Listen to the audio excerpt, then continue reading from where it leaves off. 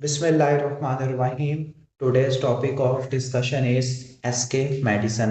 तो स्टार्ट करते हैं एसके मेडिसिन 15 मॉर्निंग का।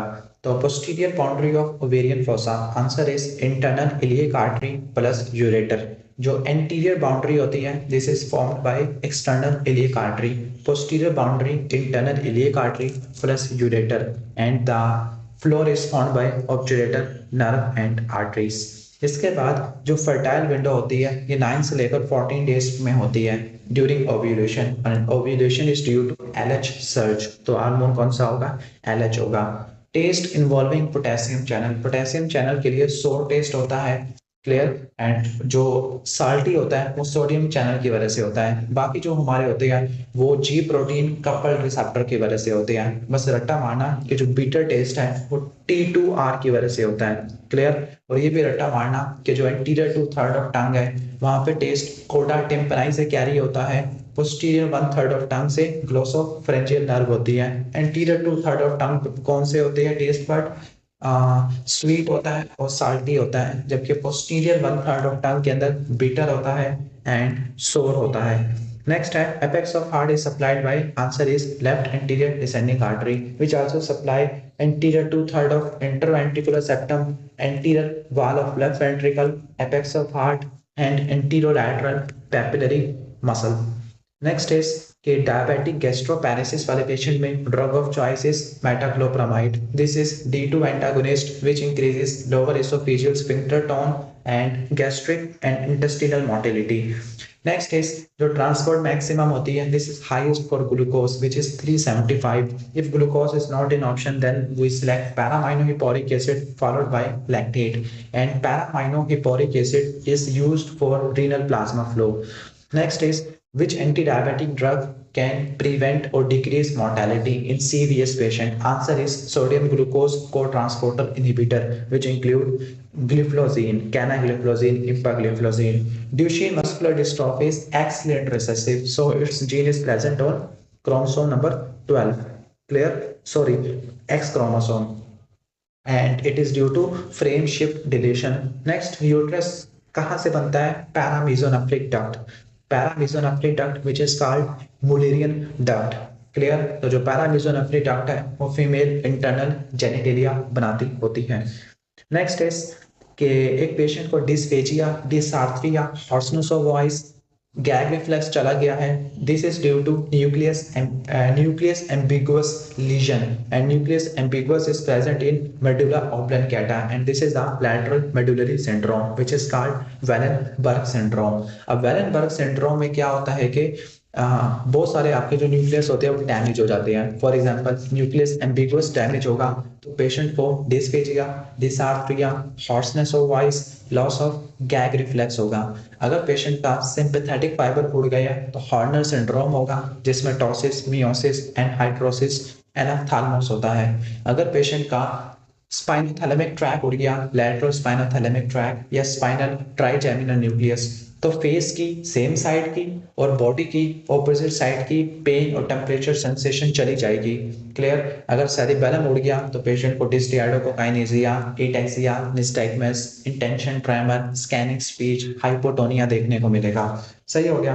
तो ये क्या है सारा हमारा lateral medullary syndrome या Wallenberg syndrome है, and this is due to occlusion of posterior inferior cerebellar artery which is a branch of vertebral artery। अगर बारहवीं नर्व इन्वॉल्व हो जाए which is called medial medullary syndrome, this is due to infarction of anterior spinal artery। एक patient है नट को कस नहीं पा रहा, सुपिनेशन नहीं कर पा रहा। सुपिनेशन के लिए दो मसल होते हैं, biceps brachii and supinator. Main muscle कौन सा होता है?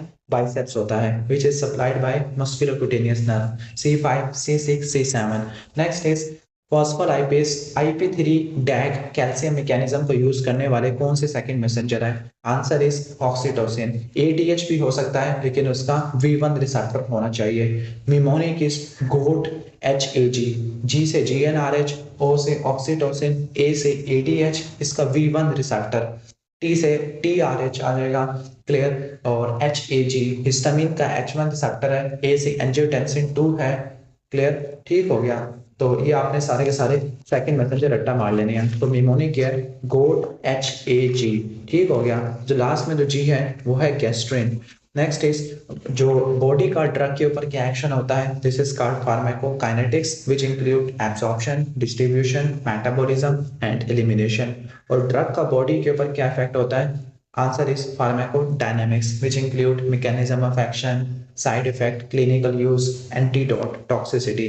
एक पेशेंट को paroxysmal supraventricular tachycardia which is a narrow complex tachycardia, drug of choice is adenosine, लेकिन एडिनोसिन ऑप्शन में नहीं है। तो कैल्शियम चैनल ब्लॉकर वो भी ऑप्शन में नहीं है, बीटा ब्लॉकर वो भी ऑप्शन में नहीं है। तो लास्ट इज एमिड्रियोन।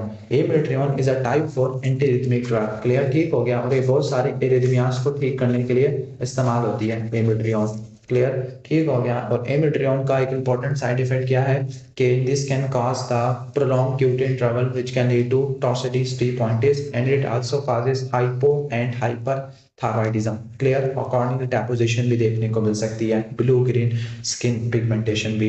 एक पेशेंट है जो कि वुमेन है, बेड रिडन है, having shortness of breath, bedridden है, इमोबिलिटी वाले पेशेंट में शॉर्टनेस ऑफ ब्रेथ हो गया है, तो समझ लो कि पल्मोनरी एम्बोलिज्म हो गया है। And pulmonary embolism causes atrial fibrillation, clear. तो जो पल्मोनरी एम्बोलिज्म कराने के लिए जो एम्बोलिज्म आया था वो डीप वेन्स ऑफ लेग है। फर्स्ट एड के मुताबिक 3 वेन्स रट्टा मारनी है, फेमरल, पोप्लिटियल, आइलियल वेन्स, लेकिन यहाँ पर डीप वेन्स ऑफ लेग को रखा हुआ है तो मान लेते हैं फिर। नेक्स्ट है high serum concentration of potassium. जो हाइपरकलीमिया होती है वो क्या ECG पे करवाएगी, हाइपरकलीमिया की वजह से पी वेव गायब हो जाएगी, QRS कॉम्प्लेक्स प्रोलॉन्ग हो जाएगा, वाइड हो जाएगा, और यहाँ तक कि QRS और T मिक्स हो जाएगी, this is called sine wave. PR interval prolong हो जाएगा और टाल टेंटेड T वेव देखने को मिलेगी। अगर पोटेशियम कम होता है this is called hypokalaemia which can result in flattened और inverted T wave, U wave, PR interval दोनों में प्रोलॉन्ग हो जाएगा एंड टॉर्सिटीज T पॉइंटिस। एक पेशेंट का U वेव आ रहा है, T वेव उल्टी आ गई है, PR इंटरवल प्रोलॉन्ग हो गया है। रट्टा मारना कि जो PR इंटरवल प्रोलॉन्ग हो जाए तो वो हाइपर में भी होता है, हाइपोक्लीमिया में भी होता है, लेकिन जो U वेव है वो आपको हाइपोक्लीमिया में देखने को मिलती है। तो जो हाइपरकलीमिया है उसमें QRS कॉम्प्लेक्स वाइड होता है, टाल टेंटेड T वेव होती है, एरिथमियाज होते हैं। कौन सा एरिथमिया होता है, वेंट्रिकुलर फिब्रिलेशन होती है, मसल की वीकनेस दोनों में होती है, क्लियर, ठीक हो गया। अगर पोटेशियम कम हो जाए तो U वेव आएगी, फ्लैटेंड T वेव आती है, एरिथमियाज होते हैं लाइक टॉर्सिटीज T पॉइंटिस, मसल में क्रैम्प्स और वीकनेस आ जाती है। फिलाडेल्फिया क्रोमोसोम CML में देखने को मिलता है, जिसके लिए आप क्या करवाते हैं, फ्लोरिसेंट इन सिटू हाइब्रिडाइजेशन, क्योंकि जो फिश है उससे आप माइक्रो डिलीशन और ट्रांसलोकेशन दे सकते हैं, और इसमें 22-9 ट्रांसलोकेशन देखने को मिलती है BCR-ABL की। जो माइक्रो एरेज होते हैं ये जीन एक्सप्रेशन के लिए इस्तेमाल होते हैं। एक पेशेंट है जिसको एफेजिया है एंड होमोनिमस हेमिनोपिया है। जब एफेजिया आ जाए तो आपने मिडल सेरिब्रल आर्टरी की तरफ जाना है, क्लियर, MCA स्ट्रोक में जाना होता है, क्लियर, ठीक हो गया। अगर पेशेंट को एंटीरियर सेरिब्रल आर्टरी का स्ट्रोक है तो लोअर लिम्ब की वीकनेस होगी और यूरिनरी इनकॉन्टिनेंस होगी। अगर मिडल सेरिब्रल आर्टरी का स्ट्रोक है तो उसमें क्या होता है, इसमें आपका फेस आ जाता है, अपर लिम्ब आ जाता है, एफेजिया होगा, खास तौर पर अगर लेफ्ट हेमिस्फीयर इन्वॉल्व हुआ है, और अगर राइट हुआ है तो हेमी निग्लेक्ट सिंड्रोम हो जाएगा, क्लियर, ठीक हो गया। बाकी फिर एफेजिया 2 तरह का होता है, Wernicke's aphasia and the Broca's aphasia. Wernicke's aphasia sensory aphasia होता है, और क्लियर, जो ब्रोकाज है वो मोटर एफेजिया होता है। अगर रीनल आर्टरी कॉन्स्ट्रिक्ट होगी टू हाफ, मतलब अगर आर्टरी का रेडियस हाफ हो गया तो जो रेजिस्टेंस है वो 16 गुना बढ़ जाएगी अकॉर्डिंग टू पोजेल्स लॉ, और जो ब्लड फ्लो है वो 16 टाइम कम हो जाएगा, क्लियर। तो ये पोजेल्स लॉ के हिसाब से था। इसके बाद एक पेशेंट है जिसको अपर रेस्पिरेटरी ट्रैक के symptoms, clear, upper respiratory tract infection हुआ था, फिर उसके बाद उसको लोअर लिम्ब में वीकनेस हो गई है और नंबनेस बिलो C5। अब देखो ना, एक प्रॉपर आपको सेंसरी डेफिसिट का लेवल मिल गया है, सेंसरी डेफिसिट का लेवल मिल गया है तो 2 ही कंडीशन आपने रट्टा मारनी है, कॉर्ड कंप्रेशन या ट्रांसवर्स माइलाइटिस। CSF कराया गया तो उस पर लिम्फोसाइट ज्यादा है which might be due to viral infection, लेकिन ग्लूकोज और प्रोटीन नॉर्मल है, मेनिंजाइटिस नहीं है, ओलिगोक्नोलन बैंड्स भी नहीं है, मल्टीपल स्क्लेरोसिस भी नहीं है, तो रूल आउट करके आपने क्या बना देना है, ट्रांसवर्स माइलाइटिस। मल्टीपल स्क्लेरोसिस नहीं है क्योंकि इसमें ओलिगोक्नोलन बैंड्स मिलते हैं CSF के अंदर, और MRI उसमें गोल्ड स्टैंडर्ड होती है जिसमें पेरीवेंट्रिकुलर प्लाक्स मिलते होते हैं, and multiple sclerosis show dissemination in space and time. Next है स्फीनोएथमोइडल रिसेसिस है, ये कहाँ पे ओपन होती है, दिस मतलब कौन सी साइनस स्फीनोएथमोइडल में ड्रेन होती है, आंसर इज पैरानेजल साइनेसिस। ठीक हो गया, पैरानेजल साइनेसिस की ड्रेनेज बहुत इंपॉर्टेंट होती है क्योंकि इससे MCQs बहुत आते हैं एग्जाम में। सही हो गया, तो जो पैरानेजल साइनेसिस है, सबसे पहले रट्टा मार लेना कि जो मिडल मीएटस है दिस इज वेरी इंपॉर्टेंट, और इसके अंदर FAM ये ड्रेन होगा, FAME फेम ड्रेन होता है, F से फ्रंटल साइनस, A से एंटीरियर एथमोइडल, M से मैक्सिलरी, और जो E था वो एथमोइड को शो करता है। ठीक हो गया, क्लियर। तो जो मीएटस है आपने रट्टा मारना है, सबसे ऊपर होता है सफिनो एथमोइडल रिसेस जिसमें सफिनोइड साइनस ड्रेन होती है, फिर आता है सुपीरियर मीएटस जिसमें पोस्टीरियर एथमोइड साइनस आती है, मिडल मीएटस जिसमें फेम आता है मतलब frontal anterior ethmoidal, middle ethmoidal, mid maxillary sinus, ये सब चीजें आ जाती है, और जो इंफीरियर मीएटस है उसमें नेजो लैक्रिमल डक्ट क्या हो जाती है, ड्रेन हो जाती है। अब इसमें से जो मोस्ट कॉमनली इन्फेक्टेड साइनस है वो मैक्सिलरी साइनस है, why, because poor drainage due to upward opening, इसकी अपवर्ड ओपनिंग होती है। और जो सफिनाइड साइनस है, इस साइनस के जरिए आप पिट्यूटरी तक पहुंच सकते हैं ताकि कोई ट्यूमर निकालना हो, this is called transsphenoidal surgery. Next is के मीन्स ऑफ टू ग्रुप, जो दो ग्रुप के मीन्स को अगर आपने कंपेयर करना है, आंसर इज टी टेस्ट। ठीक हो गया, तो कौन सा होता है, जो टी टेस्ट है उससे आप दो ग्रुप्स के मीन्स को कंपेयर कर सकते हैं। अगर दो से ज्यादा हो, दो से ज्यादा मीन्स को कंपेयर करना हो, answer is ANOVA.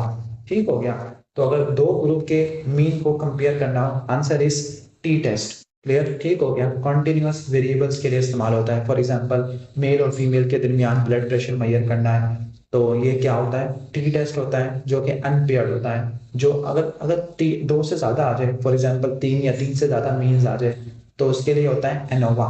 Clear, ANOVA. इसके बाद अगर आपने क्या देखनी है, अगर आपने प्रोपोर्शंस को करना है, फॉर एग्जांपल आपके पास डाटा आ गया कैटेगोरिकल डाटा, कैटेगोरिकल डाटा जो कि क्वालिटेटिव डाटा होते हैं, उसमें अगर आपने दो परसेंटेज को या प्रोपोर्शन को कंपेयर करना है, answer is chi square test. ठीक हो गया, क्लियर। तो ये आपने रट्टा मारना है, लेकिन अगर आपके पास छोटा सैंपल है तो उसके लिए आपने क्या यूज करना है, आपने फिशर एग्जैक्ट टेस्ट यूज करना है। तो दोबारा बता दूं, अगर आपने वेरिएबल्स जिनकी कंपैरिजन करनी है, सबसे पहले ये देखना है कि वेरिएबल कौन से हैं, कि आपके पास डाटा कौन सा है, क्वांटिटेटिव डाटा है या क्वालिटेटिव डाटा है। अगर क्वांटिटेटिव डाटा है या न्यूमेरिकल डाटा है, फिर आपने देखना है कि कितने ग्रुप्स हैं, दो ग्रुप है, तो आंसर इज टी टेस्ट। तीन या तीन से ज्यादा है, आंसर इज एनोवा। अगर कैटेगोरिकल डाटा है जिसमें से प्रोपोर्शंस को कंपेयर करना है, छोटा सैंपल का साइज है, तो answer is Fisher exact test. लेकिन अगर लार्ज सैंपल साइज है तो काई स्क्वायर टेस्ट है। ठीक हो गया। अगर कंटिन्यूअस वेरिएबल्स है लेकिन दो से ज्यादा आउटकम्स को कंपेयर करना है, तो उसके लिए मल्टीपल लीनियर रिग्रेशन टेस्ट, ये तो फिजूल से टेस्ट है, बस रट्टा मार लो। 70-year-old मैन जिसका रीनल ट्रांसप्लांट है, रीनल ट्रांसप्लांट वाले उस इम्यूनोसप्रेसिव पेशेंट है और उसको नमूनिया हो गया जो एंटीबायोटिक से ठीक नहीं हो रहा, ब्रोंको एल्वियोलर लिवाज के अंदर बोट शेप सिस्ट है, तो ये पता लग गया कि इम्यूनो कॉम्प्रोमाइज पेशेंट में नमूनिया है, कि अगर HIV वाला पेशेंट है या ट्रांसप्लांट वाला है तो इसमें निमोसिस्टस जिरोविकाई आ जाता होता है। क्लियर, ठीक हो गया। और इसमें ब्रोंको एल्वियोलर लिवाज करते हैं, और ब्रोंको एल्वियोलर लिवाज में क्या मिलता है, बोट शेप सिस्ट मिलती है। और अब अगर आप चेस्ट एक्सरे कराओ तो उसमें क्या मिलेगा, ग्राउंड ग्लास अपीयरेंस देखने को मिलती है। सो निमोसिस्टस जिरोविकाई डिफ्यूज इंटरस्टिशियल नमूनिया करवाता होता है, इम्यूनो सप्रेशन वाले पेशेंट में होता है। चेस्ट एक्सरे पर बायलैटरल ग्राउंड ग्लास ओपेसिटीज होती है। ब्रोंको एल्वियोलर लिवाज डायग्नोस्टिक होता है, डिस्क शेप यीस्ट मिलते हैं ऑन द मेथिनामीन सिल्वर स्टेन। रट्टा मारना, कि ट्रीटमेंट के लिए और एप्रोफाइनेसिस के लिए ट्राइमेथोप्रिम सल्फामेथोक्साजोल आपने देनी होती है, खासतौर पर जब CD4 काउंट 200 से कम हो जाए HIV वाले पेशेंट में। इसके बाद जो टेटनस टॉक्सिन होता है, दिस इज द एक्सोटॉक्सिन। अगर एक्सोटॉक्सिन ऑप्शन में ना हो तब आप क्या रख सकते हो, न्यूरोटॉक्सिन रख सकते हो। Why it is neurotoxin, because ये टेक्नोस्पाज्मिन होता है, ये प्रोटीएजेस होते हैं जो स्नेयर प्रोटीन को क्लीव करते हैं, जिसकी वजह से क्या होगा, जो जो एसिटाइल को जो कहने का मतलब है इनहिबिटरी न्यूरोट्रांसमीटर है, वो रिलीज नहीं हो पाएगी by the Renshaw cells in the spinal cord. What are the inhibitory neurotransmitters, answer is glycine and GABA. और पेशेंट में क्या होगा, spastic paralysis, lockjaw, risus sardonicus, opisthotonus. Clear. इसके बाद जो साइनाइड की पॉइजनिंग है वो कॉम्प्लेक्स 4 और इलेक्ट्रॉन ट्रांसपोर्ट चेन पर अफेक्ट करती है। इलेक्ट्रॉन ट्रांसपोर्ट चेन में 5 कॉम्प्लेक्सेस होते हैं, complex 1, complex 2, complex 3, complex 4। Clear, ठीक हो गया। हर कॉम्प्लेक्स का एक स्पेसिफिक इनहिबिटर होता है जिसको आपने रट्टा मारना है, सही है। फॉर एग्जांपल जो कॉम्प्लेक्स 1 है उसके लिए है रोटिनोन, ठीक है। कॉम्प्लेक्स 2 का लिखा हुआ नहीं है। कॉम्प्लेक्स 3 का होता है एंटी माइसिन। कौन सा होता है, एंटी माइसिन। क्लियर, ठीक हो गया। Complex 4 which is called cytochrome C oxidase. Clear, इसको कौन इनहिबिट करता है, answer is cyanide, carbon monoxide and azide. Clear, azide भी इनहिबिट कर देते हैं, सही हो गया। तो ये रट्टा मार लेना। क्लियर। तो जो कॉम्प्लेक्स 1 था उसके लिए कौन है, फिनोबार्बिटल है और रोटिनोन होती है। जो कॉम्प्लेक्स 2 है वो सक्सिनाइड डिहाइड्रोजिनेज, इसका कोई स्पेसिफिक नहीं है। जो कॉम्प्लेक्स 3 है this is called cytochrome reductase which is inhibited bye, कौन इनहिबिट करता है कॉम्प्लेक्स 3 को, एंटीमाइसिन ए। जबकि कॉम्प्लेक्स 4 है उसके लिए जिसको साइटोक्रोम C ऑक्सीडेज कहते हैं, जिसको कॉपर चाहिए होता है, this is inhibited by cyanide, carbon monoxide, azide. जबकि कॉम्प्लेक्स 5 को ATP सिंथेस कहते हैं, this is inhibited by oligomycin. Clear, ठीक हो गया। तो ये रट्टा मार लेना। अब पेशेंट को अगर साइनाइड की पॉइजनिंग हो तो पेशेंट में चेरी रेड स्किन होती है, रेटिनल वेन की कंजेशन होती है, ब्रेथ में बीटर आलमंड ऑर्डर मिलता है, ठीक हो गया। और लैक्टिक एसिडोसिस भी देखने को मिलती होती है। What is the treatment of cyanide poisoning, आपने क्या करना है, हाइड्रोक्सोकोबालामीन देनी है या फिर नाइट्राइट्स दे सकते हैं या सोडियम थायोसल्फेट दे सकते हैं, नाइट्राइट्स देने हैं, ठीक हो गया। क्लियर, तो ये रट्टा मार लेना। इसके बाद हम नेक्स्ट आगे चलते हैं, एडिमा इन CLD पेशेंट। CLD पेशेंट में सिरोसिस हो जाती है और सिरोसिस में एल्ब्यूमिन कम होती है, ऑनकोटिक प्रेशर कम हो जाता है। 80% ऑक्सीजन सैचुरेशन एम्ब्लाइकल वेन में होती है। दो वेन है हमारी बॉडी में जिसमें ऑक्सीजनेटेड ब्लड होता है, umbilical when and the pulmonary vein. इसके बाद एक पेशेंट मरीज से आया है, उसके फेस पर अल्सरेटेड फेशियल लीजन है, फेस के ऊपर अल्सरेटेड लीजन है, मक्खी ने काटा है, जिप्सा स्टेन पॉजिटिव है। रट्टा मारना, जिप्सा स्टेन 2 के लिए पॉजिटिव है, मलेरिया के लिए और लिशमिनियासिस के लिए। क्लियर, तो आंसर शुड बी क्यूटेनियस लिशमिनियासिस, क्योंकि सिर्फ स्किन इन्वॉल्व हुई है, कोई इंटरनल विसरा इन्वॉल्व नहीं हुआ। अगर इंटरनल विसरा इन्वॉल्व होता this is called visceral leishmaniasis. Clear, ठीक हो गया। तो ये था क्यूटेनियस लिशमिनियासिस। अब लिशमिनियासिस के लिए जो होती है वो सैंड फ्लाई होती है। डायग्नोसिस कैसे करोगे, macrophages containing a amastigotes and the treatment is amphotericin B sodium stibogluconate. Next is एक एल्बिनो वाला पेशेंट है। एल्बिनिज्म वाले पेशेंट में क्या होता है कि जो मेलानिन है वो नहीं बनता होता, ठीक हो गया, मेलानिन नहीं होता। जब मेलानिन नहीं होगा तो उसकी वजह से क्या होगा, यूवी लाइट रेस फिल्टर नहीं हो पाएगी, तो आईज में क्या आपको देखने को मिलेगा, कैटरैक्ट देखने को मिलेगा।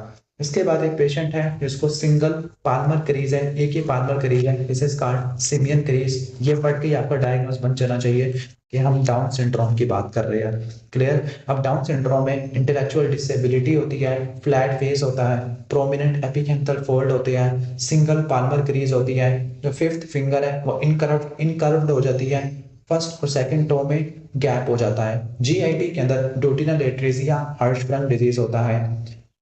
हार्ट के अंदर एट्रियोवेंट्रिकुलर सेप्टल डिफेक्ट होते हैं। आइस के अंदर ब्रश फील्ड स्पॉट्स होते हैं, आइरिस के ऊपर स्पॉट्स होते हैं। क्लियर, ठीक हो गया। ब्रेन में अर्ली ऑनसेट अल्जाइमर होता है।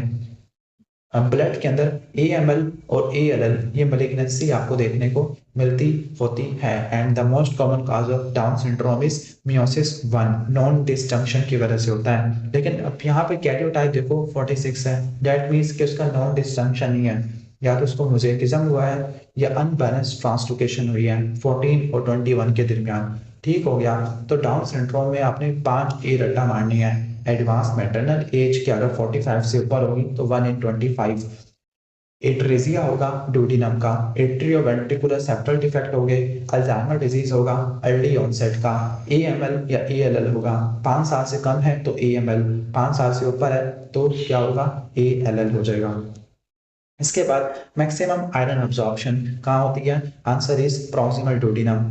आयरन और कैल्शियम कहाँ अब्जॉर्ब होते हैं, डोडिनम में, जबकि जो फोलेट होता है वो जुजिनम में अब्जॉर्ब होता है। मैक्सिमम वाटर और इलेक्ट्रोलाइट्स कहाँ होती है, जुजिनम में होती है। अब वाटर की एब्जॉर्प्शन पढ़ लेते हैं। अब जो वाटर की एब्जॉर्प्शन दो तरह की होती है, पैसिव होती है, एक्टिव होती है। पैसिव अल्डोस्टेरॉन इंडिपेंडेंट होती है, एक्टिव अल्डोस्टेरॉन डिपेंडेंट होती है। जो पैसिव होती है वो जुजिनम में होती है, एक्टिव होती है वो आपको कोलोन में देखने को मिलती है। जो लॉन्ग चेन फैटी एसिड है उनकी एब्जॉर्प्शन अगर लॉन्ग चेन की बात करें तो जुजिनम है, और अगर शॉर्ट चेन की बात करें तो आंसर इज कोलोन है। MI वाली पेशेंट में कौन सी नेक्रोसिस होती है, answer is coagulative necrosis. Fibrinoid necrosis polyarthritis nodosa में होती है। लिकोफैक्टिव नेक्रोसिस CNS या बैक्टीरियल एब्सेस में होती है। KZS नेक्रोसिस TB में देखने को मिलती है। वॉन ग्रेग डिजीज के अंदर ग्लूकोज 6 फास्फेटेज एंजाइम की डेफिशिएंसी होती है। कौन सा एंजाइम डेफिशिएंट होता है, glucose 6 phosphatase. Type 1B glycogen storage disease होती है। इसमें पेशेंट को सीवियर फास्टिंग हाइपोग्लाइसीमिया होता है, लैक्टेट का लेवल, ट्राइग्लिसराइड का लेवल, यूरिक एसिड का लेवल बढ़ जाता है। क्लियर, ठीक हो गया। तो ये चीजें होती हैं। अगर हेक्सोसामाइनिडेज ए की बात करें, आंसर इज टे सैक डिजीज। क्लियर, ठीक हो गया। हेक्सोसामाइनिडेज ए टे सैक डिजीज में होता है, जिसमें चेरी रेड स्पॉट्स होते हैं और हाइपर रिफ्लेक्सिया देखने को मिलता है। अगर एंजाइम हो फ्रुक्टोकाइनेस हो तो answer should be the essential fructose urea, और अगर एल्डोलेस भी हो तो हेरिडेटरी फ्रुक्टोज इंटॉलरेंस। क्लियर, और अगर हेक्सोकाइनेस या फ्रुक्टोकाइनेस हो तो आंसर, ग्लूकोकाइनेस हो तो answer should be maturity onset of diabetes mellitus, MODY आपको देखने को मिलता है। क्लियर, ठीक हो गया। तो ये बात रट्टा मार लेना। तो एक और बात रट्टा मार लेना कि जो ग्लूकोकाइनेस है उसकी एफिनिटी क्या होती है, ग्लूकोकाइनेस की एफिनिटी क्या होती है, कम होती है, लेकिन Vmax क्या होती है, इसकी हाइयर होती है। मतलब Km और Vmax दोनों क्या होती है, हाइयर होती है। क्लियर। इसके बाद जो पायरुवेट होता है ये ग्लूकोज और एसिटाइल कोई के दरमियान फंसा हुआ होता है। ग्लूकोज से प्रोड्यूस होता है वाया ग्लाइकोलाइसिस और एसिटाइल कोई में कन्वर्ट होता है वाया लिंक रिएक्शन। अस्थमा को डायग्नोज करने के लिए स्पायरोमेट्री कराते हैं, जिसमें ब्रोंकोडायलेटर देने के बाद FEV1 रेशो 12% बढ़ जाती है।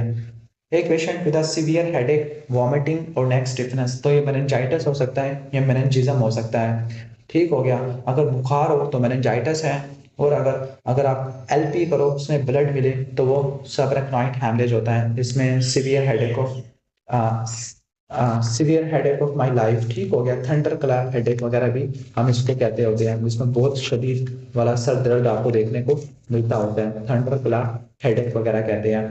Clear. And this is due to rupture of berry aneurysm which is called saccular aneurysm and patient present with worst headache of my life। और CSF ब्लडी या येलो आपको देखने को मिलेगा।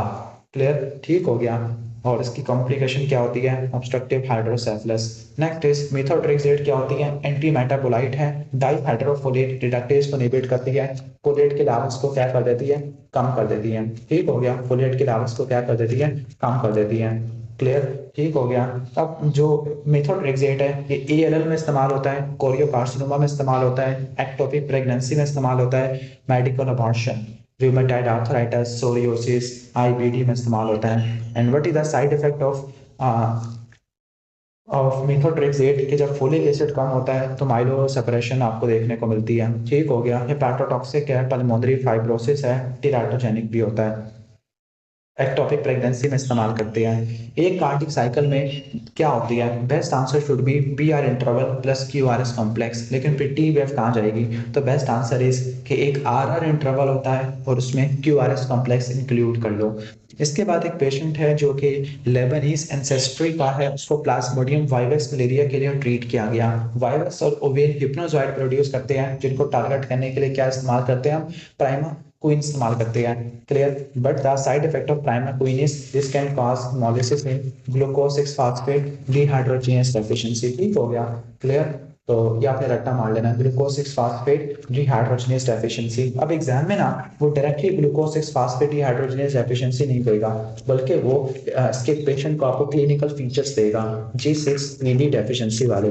ठीक हो गया। फॉर एग्जांपल के वो ये देगा कि पेशेंट है, उसका उसको बैक पेन हो रहा है, यूरिन डार्क आ रहा है, हीमोग्लोबिन यूरिया आ रहा है। क्लियर, ठीक हो गया। And glucose is phosphate dehydrogenase is due to कि जो enzyme glucose is phosphate dehydrogenase नहीं होता, NADPH नहीं होता, ग्लूटाथायोन नहीं होता, RBC में ऑक्सीडेटिव स्ट्रेस होता है, and this is caused by sulphur drugs, anti malarials and fava beans. RBCs में हीन्स बॉडी और बाइट सेल्स आपको देखने को मिलते हैं। तो इसमें आपको हीमोग्लोबिन यूरिया मिलेगा, बैक पेन मिलेगा, और यूरिन कैसा होगा, यूरिन डार्क हुआ पड़ा होगा। यूरिन कैसा होगा, यूरिन डार्क हुआ पड़ा होगा। क्लियर। तो ये था हिमोलिसिस इन ग्लूकोसिस फास्फेट डिहाइड्रोजिनेस। रट्टा मारना कि कौन सी ड्रग करवाती है हिमोलिसिस इन ग्लूकोसिस फास्फेट डिहाइड्रोजिनेस। क्लियर। तो इसमें सल्फोनामाइड आती है, डेप्सोन आ जाती है, प्राइमाक्विन है, और आ जाती है एस्पिरिन आ जाती है। Mnemonic is PADS, pads, PADS, P से प्राइमाक्विन, A से एस्पिरिन, D से डेप्सोन, S से सल्फोनामाइड। नेक्स्ट इज कि एक यंग गर्ल है जिसको लो फ्रीक्वेंसी के साउंड नहीं सुनाई दे रही, लो फ्रीक्वेंसी के साउंड सुनाई नहीं दे रही, answer should be the conductive hearing loss. ठीक हो गया, क्लियर। ठीक, और यंग गर्ल है, मे बी के वैक्स वगैरह हो सकती है, लेकिन आपने सिर्फ डायग्नोसिस को पकड़ना है, which is conductive hearing loss. अब हियरिंग लॉस दो तरह का होता है, कंडक्टिव होता है, दूसरा सेंसरी न्यूरल होता है। जो कंडक्टिव होता है वो एयर वैक्स की वजह से या ओटाइटिस मीडिया की वजह से होता है। सेंसरी न्यूरल हियरिंग लॉस प्रेसबाइक्यूसिस की वजह से, कॉस्टिक न्यूरोमा की वजह से होता है। नेक्स्ट इज कि जो थर्ड हार्ट साउंड होती है इस ड्यू टू, अब यहाँ पर बेस्ट ऑप्शन बी ही लगा देते हैं, कोई भी नहीं बनता। जो फर्स्ट हार्ट साउंड होती है वो आइसोवोलेमिक कॉन्ट्रैक्शन की वजह से होती है। क्लियर। और फर्स्ट हार्ट साउंड सिस्टली वाले फेज में आती है, सेकंड हार्ट साउंड डायस्टली में आती है, third heart sound rapid ventricular filling में की वजह से आती है, अर्ली डायस्टली में देखने को मिलती है। जो थर्ड हार्ट साउंड होती है रैपिड वेंट्रिकुलर फीलिंग की वजह से होती है। कहते हैं कि बच्चों में, प्रेगनेंसी वाले प्रेग्नेंट फीमेल्स में ये नॉर्मल होती है। क्लियर, ठीक हो गया। तो ये बात रट्टा मार लेना। दोबारा बता दूं कि जो S1 है ये आइसोवोलेमिक कॉन्ट्रैक्शन के दौरान होती है, जब माइट्रल और ट्राइकस्पिड वाल्व क्लोज होते हैं। क्लियर। अगर S1 साउंड लाउड हो जाए तो answer should B mitral stenosis. अगर सॉफ्ट हो जाए तो आपने कहाँ जाना है, आपने जाना है माइट्रल रिगर्जिटेशन। जो S2 होती है आइसोवोलेमिक रिलैक्सेशन में होती है, जब एयोर्टिक और पल्मोनरी वाल्व क्लोज हो जाती है, और ये लेफ्ट अपर स्टर्नल बॉर्डर में देखने को मिलती है। जो S2 साउंड है उसी की स्प्लिटिंग देखने को मिलती है। S3 अर्ली डायस्टली में होती है due to rapid ventricular filling, ये भी एपेक्स पे सुनी जाती है लेफ्ट लैटरल पोजीशन में। अब ये कौन सी कंडीशन में बढ़ जाती है, वो तमाम कंडीशन जिसमें हार्ट का फीलिंग प्रेशर बढ़ जाता है। For example heart failure, mitral regurgitation, aortic regurgitation, thyrotoxicosis. लेकिन ये किन लोगों में नॉर्मल होती है, चिल्ड्रन में, यंग अडल्ट में, एथलीट्स में और प्रेगनेंसी में। क्लियर, ठीक हो गया। इसके बाद जो S4 है ये लेट डायस्टली में होती है, this is called atrial kick, and this is due to turbulence which is caused by blood entering the stiff ventricle, के वेंट्रिकल स्टिफ हो गया है, एट्रिया को कॉन्ट्रैक्शन लगानी पड़ रही है। ये भी एपेक्स पे सुनी जाती है at the left lateral position. और ये कौन सी कंडीशन में बढ़ती है, जब वेंट्रिकल की हाइपरट्रॉफी होती है। एंड वेंट्रिकल की जो हाइपरट्रॉफी जो प्रेशर की वजह से होती है, ये आपको हाइपरटेंशन की वजह से देखने को मिल सकती है, या फिर एयोर्टिक स्टेनोसिस में देखने को मिल सकती है, या फिर आपको देखने को मिल सकती है हाइपरट्रॉफिक ऑब्स्ट्रक्टिव कार्डियोमायोपैथी के अंदर। क्लियर। इसके बाद एक फीमेल पेशेंट है जिसकी इंक्रीज फ्रीक्वेंसी और अर्जेंसी ऑफ यूरिन, मतलब उसको UTI है, ग्राम नेगेटिव ऑर्गेनिज्म है जिसका यूरियस पॉजिटिव है और लैक्टोज फर्मेंटर कर रहा है। क्लियर। सॉरी लैक्टोज का फर्मेंटर नहीं कर रहा, यूरियस पॉजिटिव है, यूरियस पॉजिटिव और swarming motility, this is specific of Proteus mirabilis. तो जो ग्राम नेगेटिव बैक्टीरिया है उसको आपने कैटेगरीज में डिवाइड करना होता है, क्लियर, कि लैक्टोज फर्मेंटेशन करते हैं या लैक्टोज फर्मेंटेशन नहीं करते, क्लियर। अब जो बैक्टीरिया लैक्टोज फर्मेंटेशन करते हैं उसको दो में डिवाइड करना है, फास्ट है या स्लो है। जो फास्ट है उसका मिमोनिक है कीन, के से क्लैप्सिला, ई से इकोलाई, ई एन से एंटीरोबैक्टर। जो स्लो होते हैं उसमें सिट्रोबैक्टर और सिरेशिया आ जाता है। जो नॉन लैक्टोज फर्मेंटर है उसमें आपने देखना है ऑक्सीडेज, अगर ऑक्सीडेज पॉजिटिव है तो सूडोमोनास की तरफ जाना है, ऑक्सीडेज नेगेटिव है तो साल्मोनेला, शिगेला, यर्सीनिया की तरफ जाना है। इसके बाद एक पर्सन है जो कि फुट को मीडियली रोटेट नहीं कर पा रहा, दैट मींस के इनवर्जन नहीं कर पा रहा। Inversion is caused by tibialis anterior and tibialis posterior। जो ई वर्जन होती है this is caused by peroneus longus and peroneus brevis. Dorsiflexion is caused by tibialis anterior। Plantar flexion is caused by gastrocnemius and soleus, clear. इसके बाद एक patient है जो anti cancer drug ले रहा था जिसकी वजह से यूटीआई ब्लड इशू हो गया है, हेमरेजिक सिस्टाइटिस हो गया है, this is caused by cyclophosphamide and this is prevented by mesna. इसके बाद एक पेशेंट है जिसको सिरोसिस हो गया है आफ्टर एब्डोमिनल सर्जरी, ठीक है, कुछ सर्जरी की है उसके बाद सिरोसिस हो गया है, might be due to hepatitis viruses. तो उस हेपेटाइटिस वायरस को एक्सप्लेन करना है तो मोस्टली ये हेपेटाइटिस सी की वजह से होता है, ठीक हो गया। बी भी हो सकता है लेकिन बी वाला कोई ऑप्शन यहाँ पे कोई मैच नहीं कर रहा तो हम हेपेटाइटिस सी को ही हम रख लेते होते हैं। तो जो हेपेटाइटिस सी है, रट्टा मारना कि जो हेपेटाइटिस सी है ये फ्लैवी वायरस होता है, ये ब्लड इंजेक्शन से फैलता, ब्लड से फैलता है, लाइक इंजेक्शन, ड्रग यूज या पोस्ट ट्रांसफ्यूजन, इससे से फैलता होता है और यही सिरोसिस की तरफ या कार्सिनोमा की तरफ प्रोसीड करता होता है। सही हो गया, क्लियर। तो ये रट्टा मार लेना। तो ये हैप सी क्या होता है, इन्वेलप होता है, सिंगल स्टैंडर्ड आरएनए वायरस होता है और रिवर्स ट्रांसक्रिप्टेज पावर इसके पास देखने को मिलती होती है। इसमें क्रॉनिक हेपेटाइटिस होता है, सिरोसिस, कैंसर, कैरियर स्टेट आपको देखने को मिलती होती है, यहाँ तक कि कैरियर स्टेट इसमें ज्यादा होती है। एक लिम्फोमा वाला पेशेंट है, कीमो दी गई है, ABVD रेजिमेन दिया है, ABVD रेजिमेन हॉटकिन लिम्फोमा में दिए जाते हैं, ए से एड्रियामाइसिन, बी से बिलियोमाइसिन, बी से विनक्रिस्टिन, डी से डॉक्सोराबाइसिन। अब कौन से ड्रग पल्मोनरी फाइब्रोसिस कराती है, आंसर इज बिलियोमाइसिन। अब कौन कौन से ड्रग पल्मोनरी फाइब्रोसिस कराती है, अब ना कीमो वाले ड्रग्स के साइड इफेक्ट आपको अच्छे से आने चाहिए क्योंकि एग्जाम में ये पूछते जाते हैं, क्लियर, ठीक हो गया। पहले आपको बता दूं कि पल्मोनरी फाइब्रोसिस कौन से ड्रग से होता है, क्लियर। तो जो पल्मोनरी फाइब्रोसिस है ना वो होता है मीथोट्रेक्सेट से, which is anti cancer drug है, ठीक हो गया। कार्म्यूस्टिन से जो कि एंटी कैंसर ड्रग है, बिलियोमाइसिन, बुसल्फेन और amiodarone, amiodarone is not anti cancer drug, clear. तो ये रट्टा मार लेना। अब इनके बाकियों के भी आपने साइड इफेक्ट रट्टा मार लेने हैं। फॉर एग्जांपल यहाँ पर है एड्रियामाइसिन, ठीक हो गया, क्लियर। तो कीमो वाली में आपने रट्टा मारना है, कीमो मैन बना होता है जिसमें सारे ड्रग्स के साइड इफेक्ट उसने तस्वीर से एक्सप्लेन किया होता है, क्लियर, ठीक हो गया। तो ये रट्टा मारना है। तो जो कीमो मैन है वो आपने रट्टा मारना है। तो जो एड्रियामाइसिन है उसका क्या साइड इफेक्ट होता है, जो एड्रियामाइसिन है, अब किसी ड्रग का अगर साइड इफेक्ट नहीं समझ आ रहा तो आपने रख लेना है माइलोसप्रेशन। जो विनक्रिस्टिन है, विनक्रिस्टिन विनकेल्कुलाइड्स है, माइक्रोट्यूब्यूल इनहिबिटर होते हैं, क्लियर, ठीक हो गया। अब खास तौर पर जो विनक्रिस्टिन होती है ये पॉलीमराइजेशन को इनहिबिट कर देते हैं, क्लियर। तो जो विनक्रिस्टिन है ये नर्व्स को उड़ा देती है, न्यूरोटॉक्सिक होती है, न्यूरोपैथी करवा देती है, जबकि विन ब्लास्ट बोन मैरो को उड़ा देती है।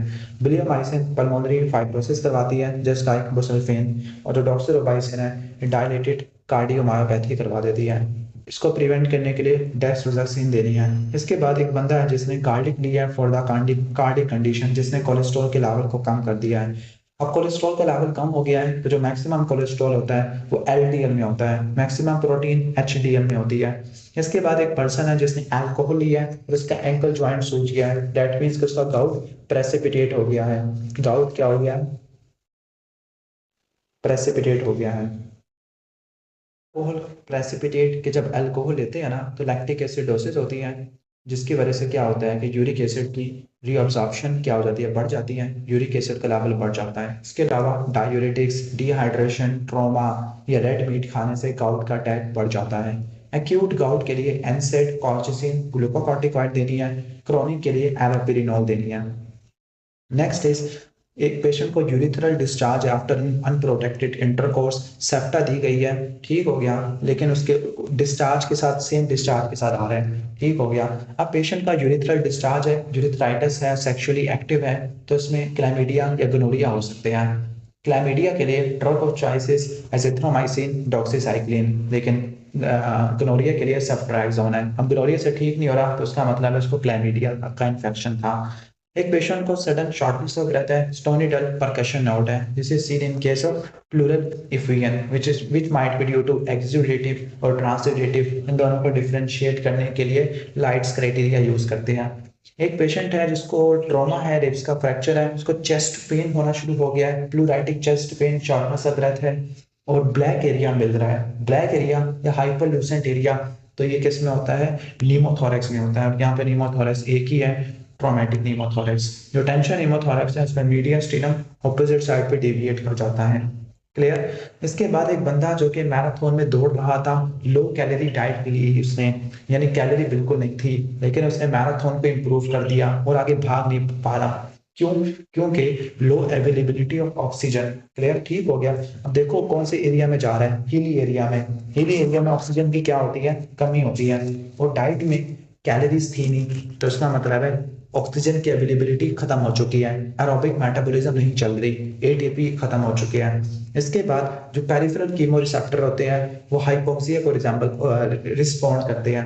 क्लियर। जो सेंट्रल कीमोरिसेप्टर है सबसे ज्यादा रिस्पॉन्ड करते हैं सीएसएफ की पीएच को या इंटरस्टिशियल पीएच को, कि अगर प्रोटॉन ज्यादा है या पीएच कम है, सीएसएफ की या इंटरस्टिशियम की, या फिर आर्टीरियल ब्लड में CO2 ज्यादा है। अगर CO2 ज्यादा है या पीएच सीएसएफ की कम है तो आंसर इज सेंट्रल कीमोरिसेप्टर। लेकिन अगर ऑक्सीजन कम है या आर्टीरियल पीएच कम है तो पेरिफेरल कीमोरिसेप्टर, जो एयोर्टिक और कैरोटिड बॉडीज में देखने को मिलते होते हैं। सही हो गया। एयोर्टिक बॉडी के लिए 10th है और कैरोटिड के लिए 9th क्रेनियल नर्व है। फैट्स को ट्रांसपोर्ट करना है तो फिर आपने काइलोमाइक्रोन यूज करनी है, लेकिन एब्जॉर्ब करना है तो मिक्स्ड माइसिलीज चाहिए। एक पेशेंट है जिसको morning stiffness more than 1 hour, 1 घंटे से ज्यादा की मॉर्निंग स्टिफनेस है। क्लियर, ठीक हो गया। और प्रोक्सिमल इंटरफ्लेंशियल जॉइंट को इन्वॉल्व करता है, लेकिन रट्टा मारना कि रूमेटाइड आर्थराइटिस डिस्टल को इन्वॉल्व नहीं करता। तो ये रूमेटाइड आर्थराइटिस का केस था जो कि ऑटोइम्यून होता है, HLA DR4 में देखने को मिलता है। जो मोस्ट सेंसिटिव एंटीबॉडी है, आंसर इज रूमेटाइड फैक्टर, जो कि IgM एंटीबॉडी होती है, that targets constant fraction of IgG, जबकि स्पेसिफिक कौन सी है? NTCCP। पेशेंट कैसे प्रेजेंट करता है? मॉर्निंग स्टिफनेस 1 घंटे से ज्यादा की, लेकिन वो एक्टिविटी करने से ठीक हो जाती है। सिमेट्रिकल जॉइंट इन्वॉल्वमेंट है, खासतौर पर हैंड्स के जॉइंट इन्वॉल्व होते हैं। इरोइयंस होती है, जक्स्ट्रा आर्टिकुलर ओस्टियोपिनिया होता है। क्लियर, जॉइंट स्पेस नैरो हो जाती है। डिफॉर्मिटीज होती है, सर्वाइकल सबलक्सेशन होती है, अन्ना फिंगर डेविएशन होती है, स्मॉल नेक बॉटम ईयर डिफॉर्मिटी होती है। रट्टा मारना के जो रूमेटाइड आर्थराइटिस है ये फर्स्ट कार्पो मेटाकार्पल जॉइंट और डिस्टल इंटरफ्लेंशियल जॉइंट को इन्वॉल्व नहीं करता। सही हो गया। एंड द ड्रग्स कौन सी यूज करेंगे? Methotrexate, sulphasalazine, hydroxychloroquine. तो ऑलमोस्ट ये हो जाएगा। ऑस्टियोआर्थराइटिस में स्टिफनेस 30 मिनट से कम की होती है। कराची वाले लोगों में कैंसर कौन सा कॉमन है? कराची वाले लोग गुटखा वगैरह ज्यादा खाते हैं ना, तो oral cancer, squamous cell cancer of oral cavity ज्यादा कॉमन होता है। 18 साल की लड़की अचानक ही उसकी डेथ हो गई है। उसको सिर्फ हेडेक की हिस्ट्री थी और ऑटोप्सी में पता लगा कि मायोकार्डियम में लिम्फोसाइट मिल रहे हैं। This might be due to coxsackie virus. Okay, ठीक हो गया, क्योंकि the most common cause of myocarditis या पेरिकार्डाइटिस इज, अब देखो हार्ट वाल्व नॉर्मल है तो एंडोकार्डाइटिस तो नहीं है, लेकिन मायोकार्डियम में लिम्फोसाइट ज्यादा है। तो जो मायोकार्डाइटिस होती है वो वायरल एटियोलॉजी है, जो कि मोस्टली किसकी वजह से होती है? कॉक्सैकी बी वायरस की वजह से देखने को मिलती है। ठीक हो गया। अब जो कॉक्सैकी वायरस है ये पेरिकार्डाइटिस करवाता है, मायोकार्डाइटिस करवाता है, हैंड फुट माउथ डिजीज करवाता है। ठीक हो गया, डेथ भी करवा दी है। अब उसकी जो डेथ हुई है ना, सडन कार्डिक डेथ की वजह से हुई है, जो कि मायोकार्डाइटिस की वजह से हुई है। जो हेपरिन होती है वो बेसोफिल से भी रिलीज होती है, मास्ट सेल से भी रिलीज होती है, लेकिन best answer is mast cell. Pancreatic cancer में CA99 स्पेसिफिक है, अगर CA99 ना हो तो कार्सिनोम एम्ब्रियोनिक एंटीजन लगा देना which is elevated in colorectal cancer. जो CA15 है ब्रेस्ट कैंसर में होता है, CA125 ओवेरियन कैंसर में होता है, अल्फा फीटोप्रोटीन यॉर्क सैक या हिपैटोसेलुलर कैंसर में होती है। एक शिजोफ्रेनिया वाला पेशेंट है जो कि SSRI ले रहा है, सिलेक्टिव सेरोटोनिन रीअपटेक इनहिबिटर। तो SSRI के क्या साइड इफेक्ट होते हैं? SSRI can lead to sleep disturbance and also lead to serotonin syndrome and sexual dysfunction, clear, और syndrome of inappropriate ADH। तो इसके क्या चार साइड इफेक्ट होते हैं? Sleep problems, syndrome of inappropriate ADH, sexual dysfunction, serotonin syndrome, clear, ठीक हो गया। और ये दवाई आपने 4 से लेकर 8 हफ्ते तक देनी है, तभी ये काम करती है। नेक्स्ट हम आगे चलते हैं। Right I moved outward laterally, जो आई है वो आउटवर्ड मूव कर गई है और उसको डिप्लोपिया है। विच नर्व इज रिलेटेड, के कौन सी नर्व ने आउटवर्ड मूवमेंट करवा दी आई की? Answer is abducent. Abducent lateral rectus को सप्लाई करती है जो कि आई डेविएट करता लेटरली। अगर ये ओकुलोमोटर नर्व के पास ही होती, प्यूपिल डाउन एंड आउट होता, डिप्लोपिया होता, टॉसिस होता। अगर ये ट्रॉन्कुलर नर्व के पास ही होती तो सुपीरियर ओब्लिक मसल की पैरालिसिस होती, तो आपका क्या होता? प्यूपिल आई बाल नीचे की तरफ डेविएट कर जाता और आपको ऊपर की तरफ डेविएट कर जाता ऊपर, और आपको जब सीढ़ियां चढ़ने सीखते आप। नेक्स्ट एक पेशेंट है जिसको पल्मोनरी ट्यूबरकुलोसिस था, अब वो OCP ले रही थी, अचानक इसको वॉमिटिंग होगी और वो प्रेग्नेंट हो गई है। तो टीबी में जो एक रट्टा मारना की जो रिफेम्पिन होती है वो साइटोक्रोम P450 इंड्यूसर होती है, और जो आइसोनियाजाइड है वो इनहिबिटर होती है। तो जो इंड्यूसर थी उसने OCP के मेटाबॉलिज्म को बढ़ा दिया, OCP फेल हो गई है, तो आंसर इज रिफेम्पिन। तो रिफेम्पिन क्या है? साइटोक्रोम P450 इंड्यूसर होती है। तो जो टीबी वाली दवाई है ना, उनका साइड इफेक्ट है आपको फिंगर टिप्स पे होना चाहिए। 4 दवाइयां होती है, रिफेम्पिन, आइसोनियाजाइड, पिराजिनामाइड, इथेम्ब्यूटोल, क्लियर, सही हो गया। ये 4 दवाइयां आपने अच्छे से रट्टा मारनी है, और हर ड्रग का साइड इफेक्ट आपको अच्छे से आना चाहिए। फॉर एग्जांपल जो आइसोनियाजाइड होती है ना, आइसोनियाजाइड ये माइकोलिक एसिड के सिंथेसिस को इनहिबिट करती है जो कि सेल वॉल होता है, क्लियर। और ये इसका क्या साइड इफेक्ट होता है? B6 डेफिशिएंसी करवा देती है, पेरिफेरल न्यूरोपैथी होती है, सिट्रोब्लास्टिक एनीमिया होता है। इसके अलावा रट्टा मारना कि सारी जो टीबी वाली दवाइयां हैं वो हिपैटोटॉक्सिक होती हैं सिवाय एम्ब्यूडोल के। तो जो आइसोनियाजाइड है B6 की डेफिशिएंसी कराती है, जिसकी वजह से पेरिफेरल न्यूरोपैथी होती है, सिट्रोब्लास्टिक एनीमिया होता है, हेपाटोटॉक्सिसिटी होती है, साइटोक्रोम P450 इनहिबिटर होती है, ड्रग इंड्यूस्ड ल्यूपस कराती है। ड्रग इंड्यूस्ड ल्यूपस में आपको एंटी हिस्टोन एंटीबॉडी मिलेगी, क्लियर, और सीजर्स मिलेंगे आपको। अब इसमें B6 की डेफिशिएंसी होती है ना आइसोनियाजाइड में, तो आपने इसको क्या देना है? पेशेंट को पैराडॉक्सिन जरूर देना होता है, क्लियर, ठीक हो गया। और इसका जो मेटाबॉलिज्म होता है आइसोनियाजाइड का वो एसिटाइलेशन से होता है, और इसकी जो रेजिस्टेंस होती है वो बैक्टीरियल कैटालेज पेरोक्सिडेज से होती है, क्लियर, जो कि कैट जी जीन से होता है। अगर कैट जी जीन में म्यूटेशन आ जाए तो बैक्टीरिया में रेजिस्टेंस आ जाती है। दूसरा रिफेम्पिन है, जो रिफामाइसिन है। रिफेम्पिन क्या करती है? डीएनए डिपेंडेंट आरएनए पॉलीमरेज को इनहिबिट करती है। आरएनए पॉलीमरेज इनहिबिट हो गया तो आरएनए सिंथेसिस कम होती है। अब जो रिफेम्पिन है साइटोक्रोम P450 क्या होती है? इंड्यूसर होती है, क्लियर, ठीक हो गया। और ये भी हेपाटोटॉक्सिक होती है, इंड्यूसर होती है, रेड ऑरेंज सिक्रेशन करवा देती है। तीसरा पिराजिनामाइड है, ये भी हेपाटोटॉक्सिक है लेकिन ये गाउट को प्रेसिपिटेट कर देती है और इसको एसिडिक मीडियम चाहिए काम करने के लिए। इथेनब्यूटोल विच इनहिबिट अरेबिनोसाइल ट्रांसफरेज। अरेबिनोसाइल ट्रांसफरेज भी क्या करता है? सेल वॉल के सिंथेसिस को इनहिबिट करता है, अरेबिनोग्लाइकान को इनहिबिट करता है, ठीक हो गया, क्लियर। जैसे जो सेल वॉल सिंथेसिस इनहिबिटर है ना, वो दोनों है, आइसोनियाजाइड भी और इथेनब्यूटोल भी। बस रट्टा मारना कि जो आइसोनियाजाइड है ना वो माइकोलिक एसिड के सिंथेसिस को इनहिबिट करती है, जबकि इथेनब्यूटोल अरेबिनोग्लाइकान के सिंथेसिस को इनहिबिट करती है।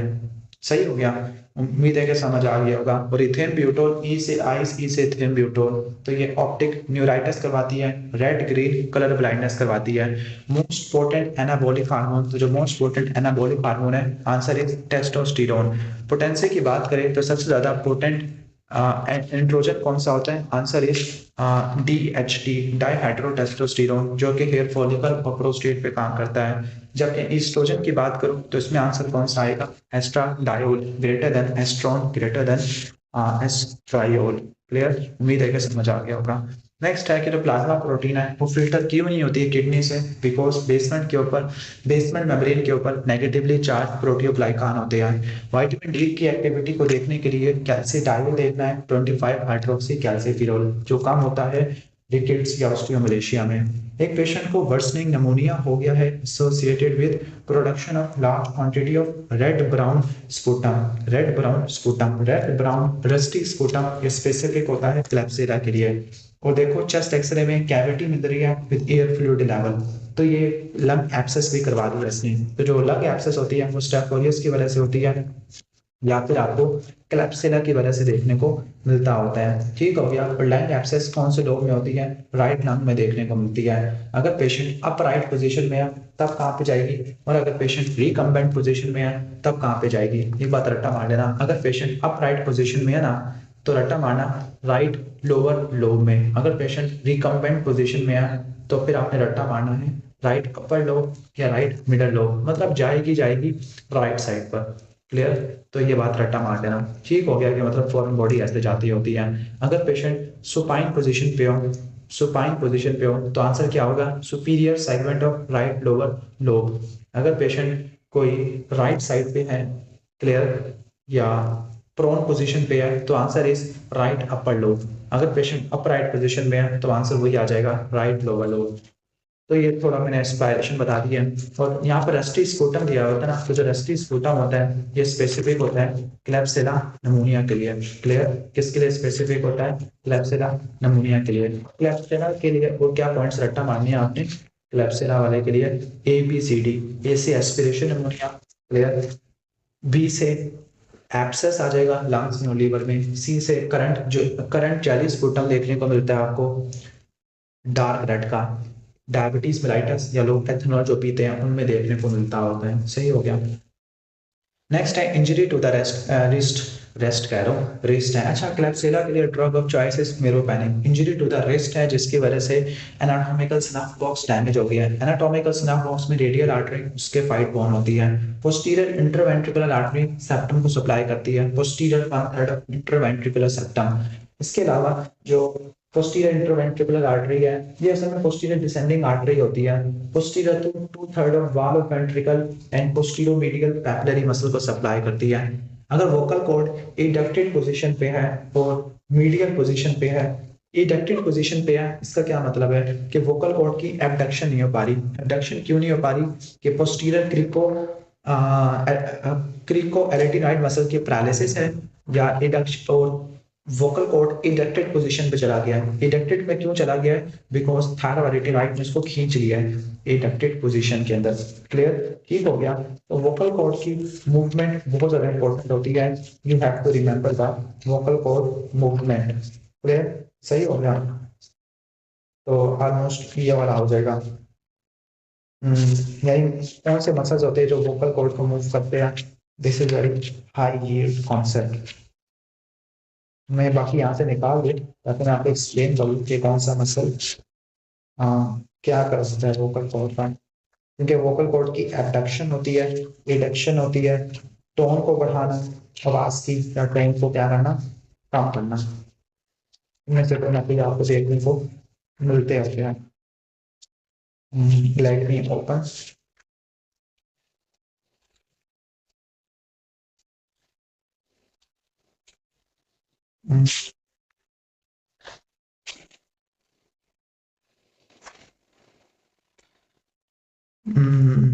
अच्छा, एक बात तो रट्टा मार लेना कि जो लाइफ सेविंग मसल है ना वोकल कॉर्ड का वो कौन सा है, पोस्टीरियर जो होता है पोस्टीरियर क्रिकोरेटिनॉइड, जो कि वोकल कॉर्ड की एबडक्शन कराता होता है। क्लियर, ठीक हो गया। तो ये रट्टा मार लेना। अच्छा, ये आ जाएगा। क्लियर, तो तो जो पोस्टीरियर क्रिकोरेटिनॉइड है ये वाहिद मसल है जो कि क्या करता है, वोकल कॉर्ड की एबडक्शन करता है। एबडक्शन का मतलब है वोकल कॉर्ड को ओपन करता है, ब्रीदिंग में फंक्शन है। और ये पोस्टीरियर क्रिकोरेटिनॉइड को कौन सी नर्व सप्लाई करती है, recurrent laryngeal nerve. All muscle of vocal cord are supplied by recurrent laryngeal nerve except cricothyroid, जो वोकल कॉर्ड की एडक्शन करता है और पिच को क्या करता है, एडजस्ट करता है। This is supplied by external laryngeal nerve which is the branch of superior laryngeal nerve. Clear, ठीक हो गया। तो अगर वोकल कॉर्ड को एबडक्ट करना है तो पोस्टीरियर क्रिकोरेटिनॉइड है, वोकल कॉर्ड को बंद करना है, एडक्शन करनी है तो लैटरल क्रिकोरेटिनॉइड है, जिसकी वजह से फोनेशन होती है। क्लियर, ठीक हो गया।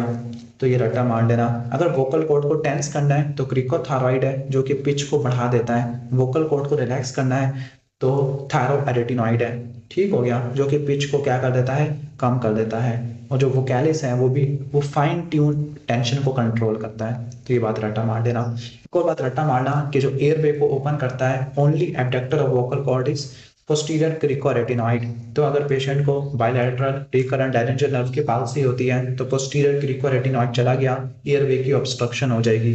जो सिंगल मसल है, सिंगर्स में होता है, वो क्रिकोथायरॉइड है जो कि वोकल कॉर्ड को टेंस करता है, पिच को बढ़ाता है। Only muscle of vocal cord supplied by external branch of superior laryngeal nerve is cricothyroid. अगर ये डैमेज हो गया तो वॉइस की टोन सारी की सारी सेम हो जाएगी।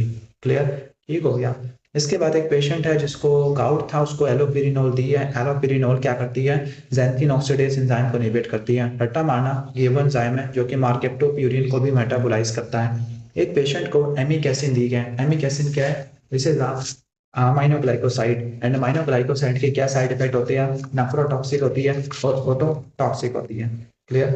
इसके बाद जो क्लारा सेल्स होते हैं टर्मिनल ब्रोंकियोल्स में देखने को मिलते हैं। जो गॉबलेट सेल्स होते हैं ये ब्रोंकस में, प्राइमरी, सेकेंडरी, टर्शियरी ब्रोंकस, इन सब में देखने को मिलते हैं।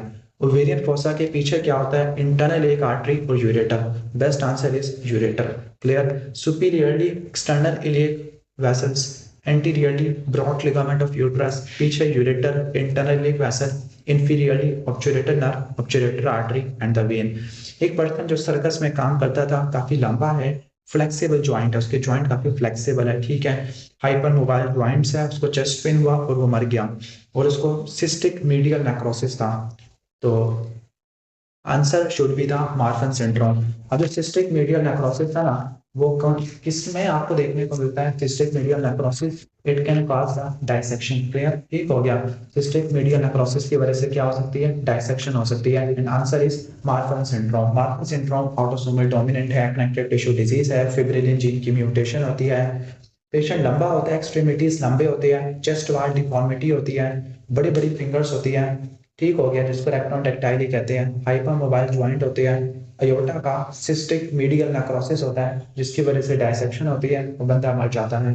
माइट्रल वाल्व प्रोलैप्स हो सकता है और पेशेंट को स्पॉन्टेनियस नीमोथोरैक्स हो सकता है। लेंस की डिसलोकेशन होती है, सुपीरियोटेम्पोरल होती है, अयोटिक रोड डायलेटेशन होती है, ऑटोसोम डोमिनेंट होता है।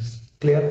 इसके बाद एक इम्यूनो कॉम्प्रोमाइज पेशेंट है जिसका ओरल कैविटी में वाइट पैचेस आना शुरू हो गया है। This is the oral thrush for candidiasis which is present in case of HIV patient। खास तौर पर अगर CD4 काउंट 5 मिनट से कम हो तो ओरल थ्रश होती है। ओरल थ्रश में क्या होता है कि वाइट ब्लैक होता है जिसको स्क्रैपेबल कर सकते हैं, स्क्रैप ऑफ कर सकते हैं, सूडो हाइपी मिलते हैं।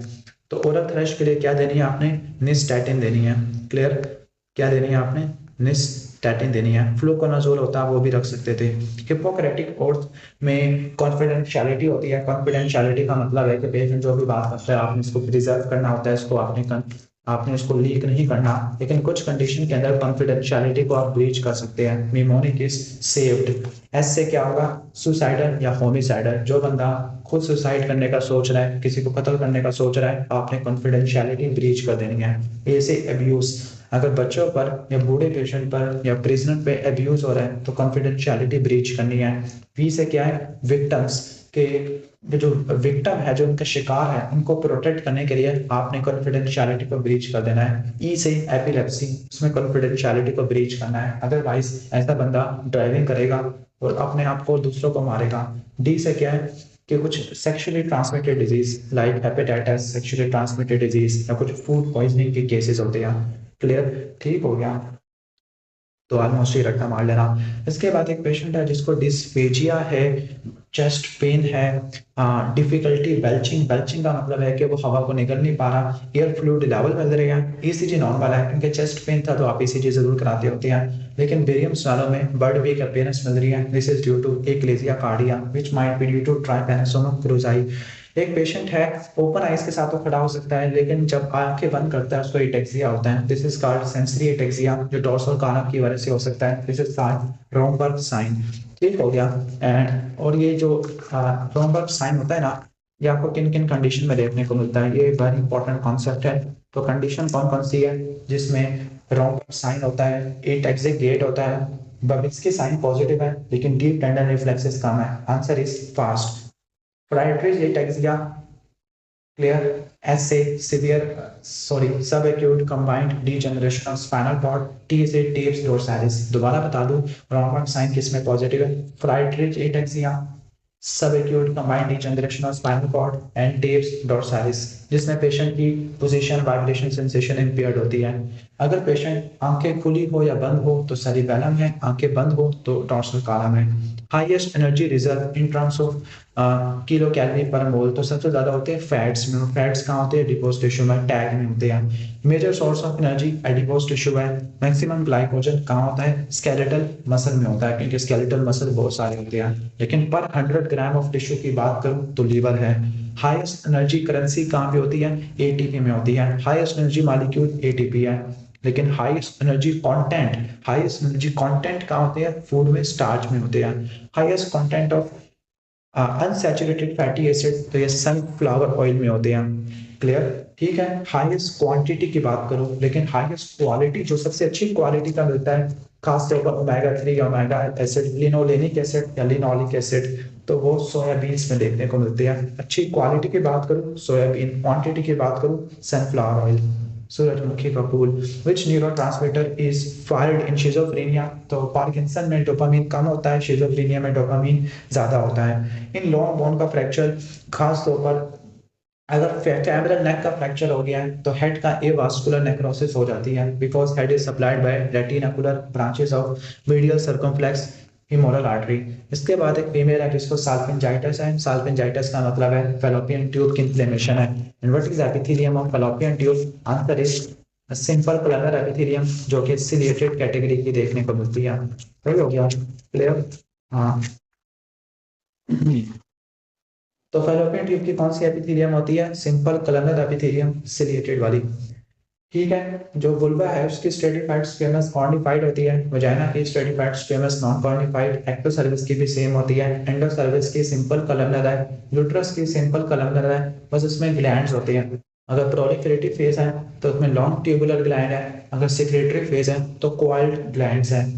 फेलोपियन ट्यूब की सिंपल कलमनर है लेकिन सिलिएटेड होती है। ओवरी की सिंपल क्यूबाइडल होती है। इसके बाद एक यंग बॉय है जिसका pain in supine position live with exercise. Clear? ठीक हो गया। पेन इन सुपाइन कह रहा हूँ, स्पाइन है, स्पाइन स्पाइन बैक में पेन है और एक्सरसाइज करने से ठीक हो जाता है। That means they ankylosing spondylitis है व्हिच इज सीरोनेगेटिव स्पॉन्डाइलोआर्थ्रोपैथी। क्लियर? ठीक हो गया। तो ये रट्टा मार लेना। तो ये एंकाइलोजिंग स्पॉन्डिलाइटिस होता है, इसमें स्पाइन और सैक्रोइड जॉइंट इन्वॉल्वमेंट होती है, जॉइंट की क्लियर हो जाती है, इसकी वजह से पैम्बो स्पाइन होता है। कोस्टोवर्टिब्रल और कोस्टोस्टर्नल एंकाइलोसिस होती है, जिसकी वजह से रिस्ट्रिक्टिव लंग डिजीज होता है, यूवीआइटिस होता है, एयोर्टिक रिगर्जिटेशन है, और HLA-B27 से एसोसिएटेड होता है। ड्रग चॉइस फॉर एंटामाइबोस्टोलिटी का कौन सी होती है? ड्रग चॉइस कौन सी होती है? मेट्रोनिडाजोल होती है, और डिलॉक्सोनाइड फ्यूरेट भी आपने ऐड करनी है। Most common large vessel anomaly, जो लार्ज वेसल को इन्वॉल्व करती है, answer should be aortic sorry patent ductus arteriosus. Aortic dissection aorta को इन्वॉल्व करती है, but that does not mean sense कि वो अनोमली तो नहीं है। ठीक है, अनोमली कॉन्जेनिटल अनोमलीज की बात कर रहे हैं तो पेटेंट डक्टस आर्टरियोसिस होती है, और पेटेंट डक्टस आर्टरियोसिस में पेशेंट को क्या होता है? कंटिन्यूअस मशीनरी मरमर आपको देखने को मिलता है। क्या देखने को मिलता है आपको? कंटिन्यूअस मशीनरी मरमर आपको देखने को मिलते होते हैं पेटेंट डक्टस आर्टरियोसिस वाले पेशेंट में। और एक में देखने को मिलता है प्री मेच्योर बेबीज में, या अगर माँ हिल एरिया में रह रही है, या फिर रूबेला से एसोसिएटेड आपको देखने को मिलता होता है। Patent ductus arteriosus, continuous machinery बार बार होता है। रट्टा मारना कि अगर पेटेंसी डक्टस आर्टरियोसिस को पेटेंट रखना है तो प्रोस्टाग्लैंड E1 दे दो, लेकिन अगर बंद करना है तो इंडोमेथासिन दे दो। और पेशेंट को क्या होती है, लेट साइनोसिस होती है the lower extremities which is called differential cyanosis. इसके बाद एक बंदा है जिसका पोस्टीरियर साइड ऑफ नेक में नोड्यूल्स थे, उसकी एफएनएसी कराई गई है। तो जब ये पोस्टीरियर ट्रायंगल ऑफ नेक में कोई सर्जरी कर रहे हैं तो स्पाइनल एक्सेसरी नर्व डैमेज होगी which supplied to important muscle which is trapezius and sternocleidomastoid. Sternocleidomastoid तो हेड को अपोजिट साइड पर रोटेट करता है। ट्रापेजियस क्या करता है, शोल्डर की श्रगिंग करता है। और क्या करता है, ट्रापेजियस ओवरहेड एबडक्शन करता है। If a woman has no difficulty in walking but cannot stand from the sitting position और climbing नहीं कर सकते, तो gluteus maximus है जो कि inferior gluteal nerve की वजह से होता है। ठीक हो गया। Difficulty in standing from sitting, तो एक gluteus Maximus inferior gluteal nerve है। अगर ये ग्लूटियस मीडियस या मिनिमस की बात करते तो वैडलिन गेट की तरफ जाते। ठीक हो गया, जिसमें पॉजिटिव ट्रेंडिलर साइन है। ग्लूटियस मीडियस मिनिमस के लिए कौन सी नर्व होती है, सुपीरियर ग्लूटियल नर्व होती है। क्लियर। इसके बाद 30-year-old lady with a weight loss for 3 months, weakness है, पाल्पिटेशन है। ठीक है, वेट लॉस फॉर 3 महीनों से इसका वेट लॉस है, वीकनेस है, पाल्पिटेशन है, पिगमेंट और एसीटीएच का लेवल ज्यादा है। तो मोस्टली क्या है कि एडिसन डिजीज है। ठीक हो गया, एडिसन डिजीज है। एड्रीनोकॉर्टिकल इनसफिशिएंसी है, क्रॉनिक एड्रीनोकॉर्टिकल इनसफिशिएंसी है। मैलिग्नेंसी इन ट्यूमर, तो ट्यूमर में जो मैलिग्नेंसी का जो फर्स्ट साइन होता है व्हिच इज एनाप्लेजिया। क्लियर। ठीक हो गया। But are the histological sign of malignancy. Clear. Anaplasia क्या होता है, डिग्री ऑफ अनडिफरेंशिएशन। क्लियर। ठीक हो गया, डिग्री ऑफ अनडिफरेंशिएशन, इसको बोलते हैं एनाप्लेजिया बोलते हैं। तो एनाप्लेजिया एक फर्स्ट साइन आपको देखने को मिलता होता है। और क्या पेशेंट में क्या हो सकते हैं, पेशेंट में न्यूक्लियर प्लियोमॉर्फिज्म हो सकता है कि न्यूक्लियस का साइज शेप हो गया, वेरिएशन आ गया। सेलुलर प्लियोमॉर्फिज्म हो सकता है, न्यूक्लियस डार्क स्टेन्ड होता है, न्यूक्लियस साइटोप्लाज्मिक रेशियो बढ़ जाती होती है। क्लियर। सेल की पोलैरिटी लॉस हो जाती है। एनाप्लेजिया, इसको कंप्लीट लॉस ऑफ डिफरेंशिएशन कहते हैं। सही हो गया। तो ये सब चीजें आपको देखने को मिलती हैं। जो डिस्प्लेजिया होता है वो रिवर्सिबल होता है, एनाप्लेजिया रिवर्सिबल नहीं होता। What is डेस्मोप्लेजिया, fibrous stromal reaction के स्ट्रोमल टिश्यू डिपॉजिट होना शुरू हो गया। इसके बाद एक बंदा जिसको जॉइंट पेन है, स्टोन है with high level of calcium, के कैल्शियम का लेवल बढ़ गया है, जिसकी वजह से जब पेशेंट का कैल्शियम का लेवल बढ़ता है तो उसको क्या बोलते हैं, स्टोन, बोन्स, बोन्स, क्रोन्स। ठीक हो गया। पेशेंट को क्या होता है, कैल्शियम की वजह से स्टोन्स के पेशेंट को रीनल स्टोन्स हो जाती है। क्रॉन्स के पेशेंट को पोलीयूरिया हो जाएगा, पोलीडिप्सिया हो जाएगा। क्लियर। स्टोन, बोन्स में पेन देखने को मिलेगा, ग्रॉन्स पेशेंट को कॉन्स्टिपेशन मिलेगी और न्यूरोसाइकेट्रिक सिम्टम्स मिलेंगे, जिस इसका साइकेट्रिक ओवरटोन्स। जब भी पेशेंट का कैल्शियम लेवल ज्यादा है तो आपने दो चीजें देखनी है कि पीटीएच का लेवल कैसा है। ठीक है, पीटीएच का लेवल नॉर्मल है या पीटीएच का लेवल ज्यादा है। क्लियर। अगर पीटीएच इंडिपेंडेंट हाइपर कैल्सीमिया है तो वो कैल्शियम ज्यादा लेने की वजह से हो सकती है, कैंसर की वजह से हो सकती है, या विटामिन डी की वजह से हो सकती है। अगर पीटीएच ज्यादा है तो फिर वो हाइपर पैराथायराइडिज्म है। ठीक हो गया। देखो ना, यहाँ पे पीटीएच आरपी लिखा हुआ है, पीटीएच आरपी नॉर्मल है। PTH RP is produced by squamous cell cancer of lungs which can lead to hypercalcaemia. Clear. ठीक हो गया। तो पेशेंट को क्या है, पेशेंट का पीटीएच का लेवल ज्यादा है, कैल्शियम का लेवल ज्यादा है, this is called primary hyper parathyroidism. Malignant ovarian tumour, जो मलिग्नेंट ओवेरियन ट्यूमर होते हैं वो क्या होते हैं, poorly differentiated, this is called एनाप्लेजिया।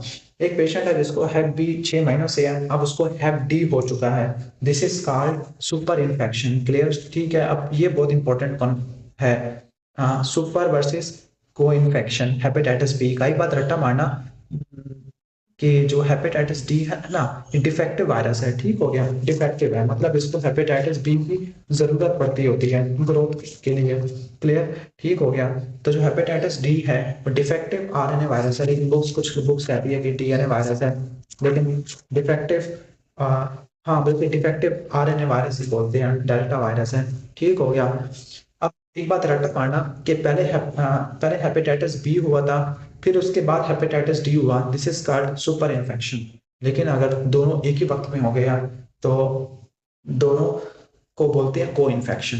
जो सुपर इन्फेक्शन है उसका इंक्यूबेशन पीरियड शॉर्ट होता है, को इन्फेक्शन का जो होता है इंक्यूबेशन पीरियड लॉन्ग होता है। तो हेपेटाइटिस डी डेल्टा वायरस है, डिफेक्टिव आरएनए वायरस होता है, इसको हेपेटाइटिस बी का सरफेस एंटीजन चाहिए।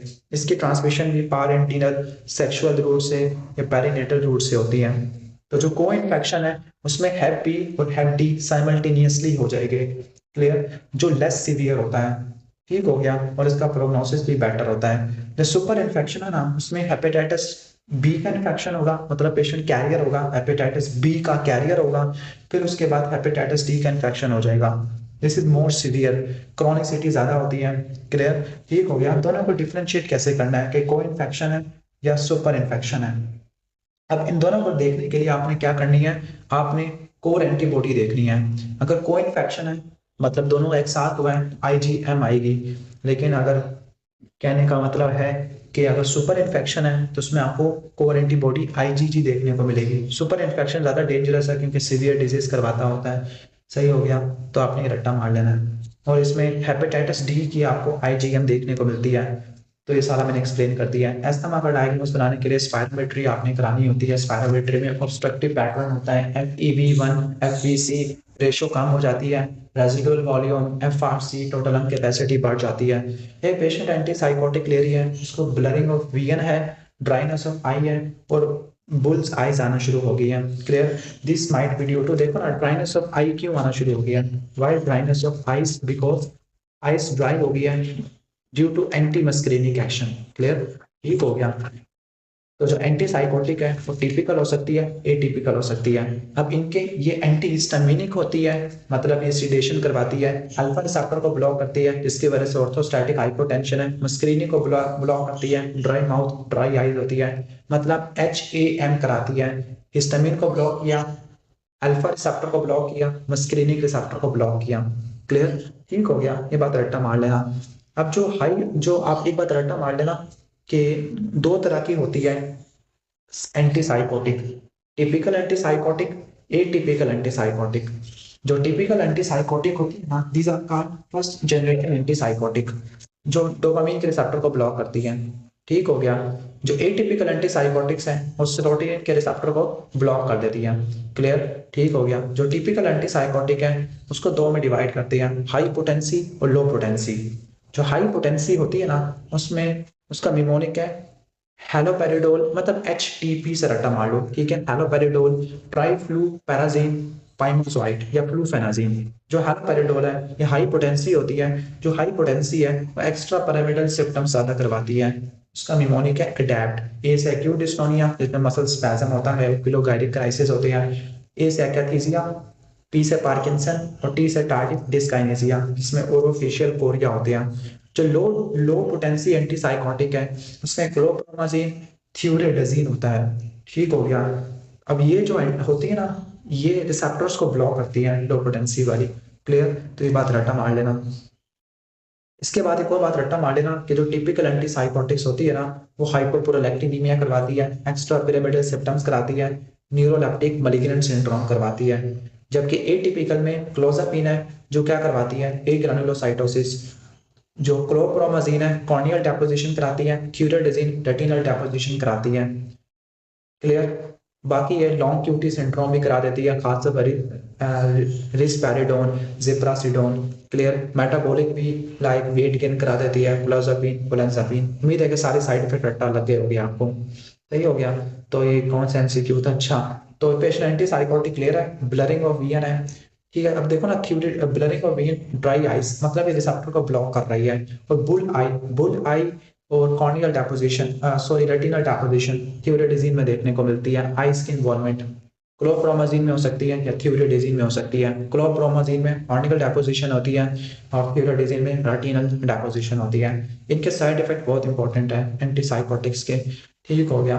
तो ये आ जाएगा। एक फीमेल है जिसको टिंगलिंग सेंसेशन हो रही है on the medial side of elbow, arm और हैंड। तो मीडियल साइड ऑफ जो उसको कौन सा डर्मेटोम होता है, मीडियल साइड के लिए आपका C8 और T1 ही हो सकता है ना। ठीक हो गया। तो मोस्टली ये अल्नर नर्व होती है जो कि मीडियल साइड को सप्लाई करती है। क्लियर? असल में ना ये अल्नर नर्व मीडियल एपिकोंडाइल के पीछे पड़ी हुई होती है। वुमेन आफ्टर RTA इमरजेंसी में आई है, उसके वार्म एक्सट्रीमिटीज है। अब देखो वार्म एक्सट्रीमिटी, कोल्ड स्ट्रोक है, देखो ब्लड लॉस नहीं है, ठीक है, लेकिन वार्म एक्सट्रीमिटीज है। तो पेशेंट को मोस्टली क्या हो सकता है, नॉर्मली शॉक वाले पेशेंट में एक्सट्रीमिटीज कैसे होते हैं? कोल्ड क्लैमी एक्सट्रीमिटीज होते हैं। शॉक वाले पेशेंट में एक्सट्रीमिटीज क्या होते हैं? कोल्ड क्लैमी होते हैं। मतलब शॉक वाले पेशेंट में आपने एक्सट्रीमिटीज को देखते हैं। ठीक हो गया। अगर एक्सट्रीमिटीज कोल्ड क्लैमी है तब आपने कहाँ पे जाना है? आपने जाना है हाइपोवोलेमिक में, कार्डियोजेनिक में या ऑब्स्ट्रक्टिव शॉक में। लेकिन अगर वार्म है तो फिर आपने कहाँ जाना है? डिस्ट्रीब्यूटिव शॉक में। अब डिस्ट्रीब्यूटिव शॉक में तीन होते हैं, सेप्टिक शॉक, एनाफाइलेक्टिक शॉक और न्यूरोजेनिक शॉक। ठीक हो गया। तो जो सेप्टिक शॉक है उसमें आपको फीवर की हिस्ट्री मिलेगी जो कि इस केस में नहीं है। एनाफाइलेक्सिस में आपको हाइपर सेंसिटिविटी, ब्रोंकोकंस्ट्रिक्शन, वीजिंग की हिस्ट्री मिलेगी जो कि नहीं है। तो यहाँ पे क्या बचा? सिर्फ न्यूरोजेनिक शॉक, सीएनएस इंजरी की वजह से। एस्थमा वाले पेशेंट में कौन सी ड्रग नहीं देनी? वो ड्रग जो ब्रोंकोस्पैज्म करवाती है। ठीक हो गया। लाइक आप मेटाप्रोल, बीटा ब्लॉकर तो कॉन्ट्राइंडिकेटेड होती है एस्थमा वाले पेशेंट में। बाकी एस इनहिबिटर, एआरबी से भी आपने नहीं देनी होती, बिकॉज आप कफ को डिफरेंशिएट नहीं कर पाते क्योंकि ड्राई कफ करवा देती है। ठीक हो गया। तो बीटा ब्लॉकर्स आपने इन पेशेंट में नहीं देनी। कौन से वाले पेशेंट में? आपने एस्थमा वाले पेशेंट में बीटा ब्लॉकर्स आपने नहीं देनी। अब बीटा ब्लॉकर्स और कहाँ पे कॉन्ट्राइंडिकेटेड होती है कि आपने सीओपीडी वाले पेशेंट में भी आपने इस्तेमाल नहीं करना, एस्थमा वाले पेशेंट में भी इस्तेमाल नहीं करना। ठीक है। डिसलिपिडीमिया वाले पेशेंट में भी इस्तेमाल नहीं करना, एक्यूट हार्ट फेलियर में भी इस्तेमाल नहीं करना। Which muscle connect medial border of scapula with the vertebra? तो वर्टिब्रा को मीडियल बॉर्डर ऑफ स्कैपुला से जोड़ना। तो दो मसल होते हैं, rhomboids major and rhomboids minor. Nerve to rhomboids supply करती है, डोर्सल स्कैपुलर नर्व सप्लाई करती है इनको। क्लियर। एक पेशेंट है जिसको फटीग है, कफ विद हेमोप्टाइसिस और हीमाचूरिया। हेमोप्टाइसिस और haematuria, this is seen in case of Goodpasture syndrome. Goodpasture syndrome में 1 2 3 4 रट्टा मारना है कि ये टाइप 4 रैपिडली प्रोग्रेसिव ग्लोमेरुलोनेफ्राइटिस है। मतलब कि कौन सा ग्लोमेरुलोनेफ्राइटिस है? टाइप 1 ग्लोमेरुलोनेफ्राइटिस है। लेकिन टाइप 2 हाइपर सेंसिटिविटी होती है और type 3 alpha chain of type 4 collagen, इसके खिलाफ एंटीबॉडीज बन जाती है। लीनियर इम्यूनोफ्लोरेसेंस का पैटर्न मिलता है। क्रिसेंट्स आपको देखने को मिलते हैं। क्रिसेंट में फिब्रिन होता है, प्लाज्मा प्रोटीन होता है, C3b, ग्लोमेरुलस के पैरेटल सेल्स होते हैं, मोनोसाइट्स, मैक्रोफेजेस देखने को मिलते हैं। सही हो गया। इसके बाद नेक्स्ट चलते हैं drug of choice in case of ischaemic heart disease and atrial fibrillation. Atrial fibrillation आ गया, इस्केमिक हार्ट डिजीज एंड तब आंसर इज डाइजॉक्सिन। ठीक है। लेकिन best answer should be the beta blockers. ठीक हो गया, बीटा ब्लॉकर्स, लेकिन वो तो ऑप्शन में है ही नहीं। ठीक है। डाइजॉक्सिन रट्टा मारना, सिर्फ दो ही कंडीशन में हम डाइजॉक्सिन देते होते हैं, एट्रियल फिब्रिलेशन में, दूसरा एक्यूट हार्ट फेलियर वाले पेशेंट में। ठीक हो गया। ये सोडियम पोटेशियम एटीपीएस पंप को इनहिबिट करती है, कॉन्ट्रैक्टिलिटी को बढ़ाती है, एवी नोडल कंडक्शन वेलोसिटी को कम करती है। साइड इफेक्ट क्या होते हैं? Nausea, vomiting, diarrhoea, blurry yellow vision होती है, एरिथमियाज होती है, एट्रियल टैकिकार्डियाज करवा देगी अगर एवी ब्लॉक्स हो जाती हैं, और ये क्या करवा देगी? हाइपरकैलेमिया करवा देगी। रट्टा मारना के डाइजॉक्सिन की टॉक्सिसिटी प्रेसिपिटेट कैसे होती है? हाइपोकलीमिया, हाइपोमैग्नीसीमिया, हाइपरकैल्सीमिया। लेकिन हाइपोकलीमिया से डाइजॉक्सिन की टॉक्सिसिटी बढ़ जाती है, लेकिन डाइजॉक्सिन की टॉक्सिसिटी बढ़ने की वजह से हाइपरकलीमिया हो सकता है। इसके अलावा वेरापेमिल, एमेट्रियोन, क्विनिडीन, ये क्या करती है? टॉक्सिसिटी को बढ़ा देती है। How to treat digoxin toxicity? Magnesium दोगे आप और एंटी डिजिबाइंड दोगे। What is the composition of normal saline? तो नॉर्मल सलाइन क्या होता है? 0.9 ग्राम होता है in 100 ml of distilled water. Clear. एक बंदे को क्रस्ट इंजरी हुई है आफ्टर आरटीआई, वुंड ओपन था विदाउट एनी स्किन। ठीक हो गया। ठीक है। तो what type of injury is this? Is laceration. देखो ना, स्किन पूरी स्लैप ऑफ हो गया, वुंड पूरा ओपन हो गया, इरेगुलर मार्जिन्स है। 36 ईयर ओल्ड पेशेंट है जो कि गर्ड के साथ पेशेंट आया हुआ है। और गर्ड वाले पेशेंट में क्या होता है? बैराटिसोफेगस, और बैराटिसोफेगस में क्या होता है? कलमनर इंटेस्टिनल मेटाप्लेसिया देखने को मिलता है, और बैराटिसोफेगस की वजह से एडिनोकार्सिनोमा ऑफ इसोफेगस होता है। तो लॉन्ग स्टैंडिंग गर्ड या बैराटिसोफेगस से इसोफेगस का कौन सा कैंसर होता है? एडिनोकार्सिनोमा होता है। क्लियर। जो इसोफेगस का स्क्वेमस सेल कैंसर होता है उसके क्या रिस्क फैक्टर होते हैं? यानी इसोफेगस से दो कैंसर होते हैं। क्लियर। एक आपका होता है squamous cell cancer, adeno cancer. Adenocarcinoma lower 1/3 में होता है, क्रॉनिक गर्ड में, बैराटिसोफेगस में, ओबेसिटी में या टोबैको स्मोकिंग से होता है। जबकि स्क्वेमस सेल कैंसर अपर 2/3 में होता है, alcohol, hot liquids, caustic injury, achalasia cardia, Plummer Vinson syndrome, nitrosamine वाली फूड से हो सकता है। नाइट्रोसामीन से रट्टा मार लेना, गैस्ट्रिक कैंसर भी होता था जिसमें किट म्यूटेशन देखने को मिलती है। इसके बाद रूमेटिक फीवर होता है, group A beta haemolytic streptococci. Rheumatic fever किससे होता है? Group A beta haemolytic streptococci से होता है। क्लियर। ठीक हो गया। And it affect mostly a mitral valve. और ये कौन सी हाइपर सेंसिटिविटी है? टाइप 2 हाइपर सेंसिटिविटी होती है। कौन सी हाइपर सेंसिटिविटी है? टाइप 2 हाइपर सेंसिटिविटी है। हिस्टोपैथोलॉजी में क्या मिलता है आपको? एस्कॉप बॉडी मिलती है, अनिश्को सेल मिलती है, एएसओ डीएनएस बी के टाइटल ज्यादा देखने को मिलते होती हैं। क्लियर। और इसका ट्रीटमेंट क्या है? पेनिसिलिन। और क्राइटेरिया कौन सा होता है? Jones criteria. जॉइंट्स में माइग्रेटरी पोलीआर्थराइटिस। हार्ट में पेनकार्डाइटिस है। शी से नॉडियल स्ट्रेन सफोकेनियस नॉड्यूल होते हैं। ई से एरिथेमा मार्जिनेटम है। और एस से सिंडिन हेमकोरिया होता है। क्लियर। इसके बाद एक पेशेंट है जिसका फिंगर कट हो गया, डॉक्टर ने कहा कि टेंशन ना लो बिकॉज ये ठीक हो जाएगा ड्यू टू रीजनरेशन। तो जो स्टेटम बेसिल है उसमें क्या पड़े होते हैं? स्टेम सेल्स पड़े होते हैं। स्टेटम बेसिल में क्या पड़े होते हैं? स्टेम सेल्स आपको देखने को मिलते हैं। स्किन की लेयर कौन कौन सी होती है? स्टेटम कॉर्नियम, लूसिडम, ग्रानुलोसम, स्पाइनोजम और बेसिल। ठीक हो गया। तो रट्टा मार लेना। सही हो गया। हर लेयर की अपनी एक सिग्निफिकेंस होती है। फॉर एग्जांपल कि अगर स्ट्रेटम कॉर्नियम है उसकी थिकनेस बढ़ गई है, this is called hyperkeratosis. This is seen in case of psoriasis and callosis. अगर स्ट्रेटम कॉर्नियम में न्यूक्लियस की रिटेंशन हो गई है, this is seen in case of parakeratosis which is seen in case of psoriasis. Clear. इसके बाद आती है stratum lucidum. Stratum lucidum thick skin में प्रेजेंट होती है जो कि पाम एंड सोल पे होती है, थिन स्किन में नहीं होती। उसके बाद है stratum ग्रानुलोसम।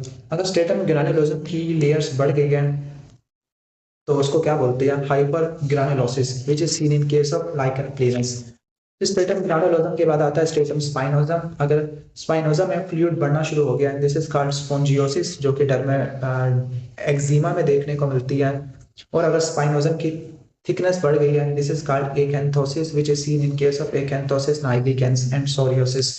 Characteristic feature of sarcoidosis. Sarcoidosis में एरिथेमा नोडोसम देखने को मिलता है। देखो हाइपरकैल्सीमिया भी देखने को मिल सकती है, लेकिन कैरेक्टरिस्टिक फीचर क्या है? एरिथेमा नोडोसम आपको देखने को मिलता होता है। क्या मिलता है? Erythema nodosum. अब एरिथेमा नोडोसम आपको कौन सी कंडीशन में देखने को मिलता है? एरिथेमा नोडोसम आपको ये इसको पैनिक्यूलाइटिस भी कहते हैं, टीयर शिन में देखने को मिलता है। वो तमाम कंडीशन जिसमें ये सब चीजें देखने को मिलती है। ठीक है। अब इसके क्या क्या कॉज होते हैं एरिथेमा नोडोसम के? इससे निमोनिक रट्टा मार लो, बहुत काम आएगा आपके। क्लियर। ठीक हो गया। इसका निमोनिक होता है sore shin, S O R shin. S से क्या बनेगा? स्ट्रेप्टोकोकस। ओ से बनेगा ओरल कॉन्ट्रासेप्टिव पिल्स। आर से क्या बनेगा? विकेट्सिया। ई से क्या बनेगा? एपोनिमस, मतलब बेशल डिजीज है। क्लियर। एस से क्या बनेगा? सल्फोनामाइड और पेनिसिलिन। रट्टा मारना, सल्फोनामाइड और पेनिसिलिन टुटेनियस स्मॉल वेसल वास्कुलाइटिस भी कराती है। एच से क्या बनेगा? Hansen disease, histoplasmosis. आई से क्या बनेगा? IBD, क्रॉन्स disease. एन से क्या बनेगा? Non Hodgkin lymphoma. इससे क्या बनेगा? Sarcoidosis which is lupus pernio. ठीक हो गया। और सी से क्या बनेगा? क्यूटेनियस टीबी, क्रॉन्स डिजीज और कॉक्सिडियाडोमाइकोसिस। ये तो मैंने बहुत सारे बता दिए, याद भी नहीं होने वाले तो। हाँ कोई नहीं। लेप्रोसी डिजीज और आईबीडी तो रट्टा मार देना। क्रॉन्स डिजीज में देखने को मिलता है एरिथेमा नोडोसम, पायोडर्मा गैंग्रीनोसम। सही हो गया। और सार्कोइडोसिस में तो रट्टा मार लेना। सार्कोइडोसिस तो काफी हाल मार्क आपका आता है। सार्कोइडोसिस में ल्यूपस पर्निया होता है। सार्कोइडोसिस में पेशेंट में क्या फीचर्स होते हैं? निमोनिक क्या होता है? सार्कोइडोसिस। ठीक हो गया। निमोनिक क्या होता है सार्कोइडोसिस वाले पेशेंट में? सार्कोइडोसिस ही। क्लियर। सही है। ऐसे क्या बनेगा?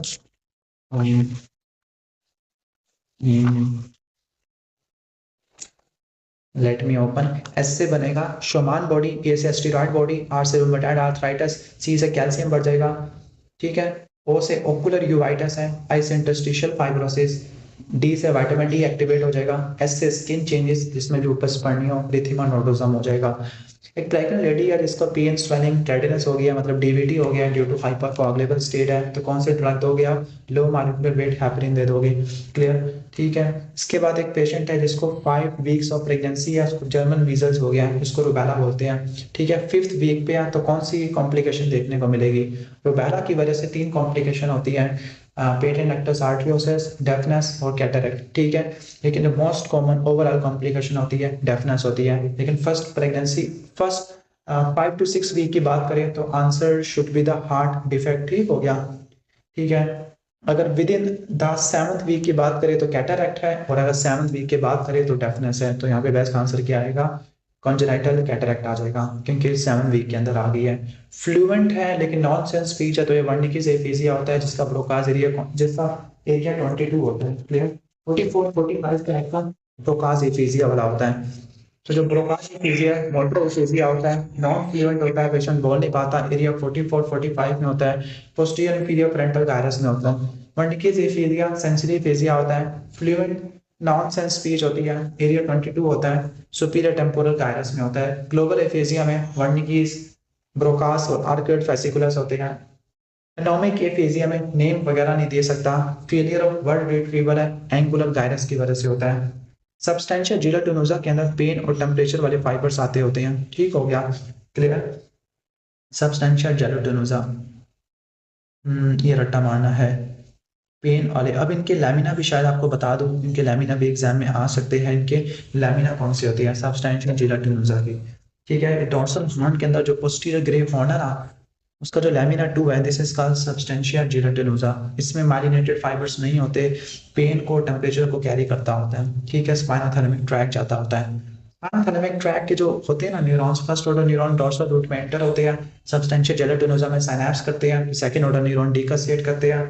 जो फास्ट पेन का न्यूरो ट्रांसमीटर है वो ग्लूटामेट है, जो स्लो पेन है उसका सब्सटेंस ई है, इनहिबिट करने वाले एनकैफ्लिन्स होते हैं। सही हो गया, क्लियर। अगर पेशेंट को bilateral loss of pain and temperature है in a cape like distribution, जिसको सिरेंजोमिलिया कहते हैं। नेक्स्ट एक पेशेंट है जिसको टीबी हुआ है और उसको जॉन्डिस और एलएफटीज के डिरेंज हो चुके हैं, तो आपने क्या करनी है, सारे ड्रग्स के पैथोटॉक्सिक होती हैं सिवाय थियोब्यूटोल के, क्लियर। ठीक है, तो आपने सारे ड्रग्स छुड़वानी है और वन बाय वन रीस्टार्ट करनी है कि किस ड्रग की वजह से पैथोटॉक्सिसिटी हुई थी। एक पेशेंट है जिसको pain in the back of leg है, from the pain in back of leg from the back of hip to the knee. ठीक है, मतलब पूरा, तो ये शियाटिक नर्व के कॉम्प्रेशन की वजह से हो सकता है, शियाटिका की वजह से हो सकता है। एक पेशेंट है जिसको चेस्ट पेन, ऑटोप्सी पे क्या मिलेगा, कोआगुलेटिव नेक्रोसिस मिलेगी। कोआगुलेटिव नेक्रोसिस में सेल का आर्किटेक्चर है, आउटलाइन है, वो प्रिजर्व रहती है। एक पेशेंट है जिसको पैरोक्सिस्मल फीवर, चिल्स है। ठीक है, सिम्टम 36 से 48 आवर्स में आ रहे हैं, रिपीटेशन 48 आवर्स में सिम्टम वापस आ रहे हैं, फीवर एवरी 48 आवर्स। तो टर्शियन फीवर होता है जो कि प्लाज्मोडियम वाइवेक्स ओवेल की वजह से होता है। क्रिसेंट शेप है, लेकिन क्रिसेंट शेप ऑर्गेनिज्म तो आपका होता है प्लाज्मोडियम फैल्सीपैरम। तो ये डायग्नोस क्या है, मलेरिया है। ठीक है, मलेरिया प्लाज्मोडियम फैल्सीपैरम की वजह से होता है। ठीक हो गया, क्लियर। अब जो मलेरिया है उसकी 4 स्पीशीज होती हैं। जो मलेरिया प्लाज्मोडियम से होता है उसकी 4 स्पीशीज होती हैं, प्लाज्मोडियम फैल्सीपैरम, वाइवेक्स, उमेल, मलेरियाई। तो जो प्लाज्मोडियम फैल्सीपैरम होता है इसमें सीवियर इरेगुलर फीवर है। देखो इसमें इरेगुलर फीवर है या नहीं। ठीक है, इरेगुलर फीवर होता है, सेरेब्रल मलेरिया करवा सकता है, और इसमें क्रिस्टल शेप गैमेटोसाइट होते हैं और हेडफोन शेप ट्रोफोजॉइड है। ट्रोफोजॉइड कैसे होते हैं, हेडफोन शेप और क्रिस्टल शेप गैमेटोसाइट्स आपको देखने को मिलते हैं। सही हो गया, तो ये रट्टा मार देना, क्रिस्टल शेप इसी में ही आपको देखने को मिलते हैं। अगर आपसे कहा जाए कि शर्पनर स्टिपलिंग किस में होती है, answer is plasmodium vivax oval, जो कि हिप्नोजॉइड प्रोड्यूस करते हैं। सही हो गया, क्लियर। तो ऑलमोस्ट ये हो जाएगा। जो टर्शियन फीवर होता है वो वाइवेक्स वेव की वजह से होता है। क्वार्टिशियन फीवर प्लास्मोडियम फैल्सीपैरम से होता है। क्वार्टर फीवर प्लास्मोडियम मलेरियाई की वजह से होता है। लॉन्ग इंक्यूबेशन पीरियड होता है। नेक्स्ट एक पेशेंट है जिसको अनअनाउंस्ड वाइडिंग है, मतलब है कि बहुत तेजी से उसको वाइडिंग हो जाती है। मतलब उसको क्या है, उसको ओवर एक्टिव ब्लेडर है। ब्लेडर क्या हो गया, ओवर एक्टिव हो गया, और लोअर लिम्स की भी पैरालिसिस हो चुकी है। ठीक हो गया, तो answer should be the neurogenic bladder. Neurogenic bladder या specifically spastic bladder, answer should be the spastic bladder या न्यूरोजेनिक ब्लेडर। इसके बाद एक पेशेंट है जिसको पेनलेस टेस्टिकुलर मैस है, जो कि कीमो रेडियो सेंसिटिव है। तो इसमें कौन सा होता है रेडियो सेंसिटिव होता है, वो आपका सेमिनोमा होता है। रिगार्डिंग सेंसिटिविटी टू रेडिएशन, तो सबसे ज्यादा रेडिएशन से सेंसिटिव होता है lymph node tumour, lymphoma. Option में ना हो तो सेमिनोमा, ऑप्शन में ना हो तो ग्लाइयोमा, ऑप्शन में ना हो तो क्रेनियोफेरेंजियोमा। अब डायग्नोस बनाते हैं। ओल्ड एज है, पेनलेस टेस्टिकुलर ट्यूमर है। पेनलेस टेस्टिकुलर ट्यूमर कैंसर में ही होता है, और रेस्ड एलडीएच है। एलडीएच देखो लिम्फोमा में भी रेस्ड होता है, सेमिनोमा में भी होता है। ओल्ड एज है तो लिम्फोमा। ठीक हो गया। अब देखो ओल्ड एज है, मेच्योर स्टेम सेल मिल रहे हैं तो टेराटोमा है। यंग है और रेडियो सेंसिटिव है, सेमिनोमा है। Least radiosensitive blood cell कौन से होते हैं, लीस्ट रेडियो सेंसिटिव कौन सी होती है, प्लेटलेट्स होते हैं। मोस्ट रेडियो सेंसिटिव ऑर्गन कौन सा है, स्किन है। लीस्ट रेडियो सेंसिटिव ऑर्गन कौन सा है, वजाइना है। अगर पूछे मोस्ट रेडियो सेंसिटिव म्यूकोजा या टिश्यू की बात करें तो इंटेस्टाइनल होता है। रेडिएशन की वजह से ज्यादा कैंसर कौन से होते हैं? ओवरऑल कैंसर ल्यूकेमिया है, इसके अलावा पैपिलरी थायराइड कैंसर और ब्रेन में मेनिंजियोमा हो सकता है जो कि प्रोजेस्टेरॉन सेंसिटिव होता है। ओल्ड एज वुमेन जिसको सीवी है, बेड रिडन हो गई थी, अब अचानक इसको डिस्निया होना शुरू हो गया है, लेफ्ट साइडेड प्लूरैटिक चेस्ट पेन है, फिर उसको स्ट्रोक हुआ और उसकी डेथ हो चुकी है। ऑटोप्सी में पता लगा कि वेट शेप हेमरेजिक एरिया आपको मिल रहा है, तो एक काज किया था कि वो एम्बोलिज्म ठीक हो गया कि इम्बोलस पहले थ्रोम्बस बना, फिर वो लॉज हो गया, इम्बोलाई हुआ जिसने पल्मोनरी इम्बोलिज्म और इम्बोलिक स्ट्रोक वगैरह करा दिया। इसके बाद एक पेशेंट है जिसको लोअर एब्डोमिनल पेन है, ओवेरियन कैंसर सस्पेक्ट कर रहे हैं, देखो एब्डोमिनल मैस है, लाइकस तक जा रहा है, तो ओवेरियन कैंसर में CA 125 रेस्ट होता है। सेमोमा बॉडी आपको किस किस में देखने को मिलती है? क्लियर, पैपिलरी थायराइड कैंसर में देखने को मिलती है, सीरस स्टेटिनोमा में देखने को मिलती है, क्लियर, मेनिंजियोमा मीजोथेलियोमा में देखने को मिलती है। इसके बाद सेरेब्रल डिजीज में ये सारी चीजें देखने को मिलती है, लेकिन जो कैरेक्टरिस्टिक लीजन है वो कौन सी होती है? वो होती है, देखो निस्टैग्मस भी होता है, हाइपोटोनिया भी होता है, एटैक्सिया भी होता है, लेकिन डिसमिलिट्री ज्यादा स्पेसिफिक है।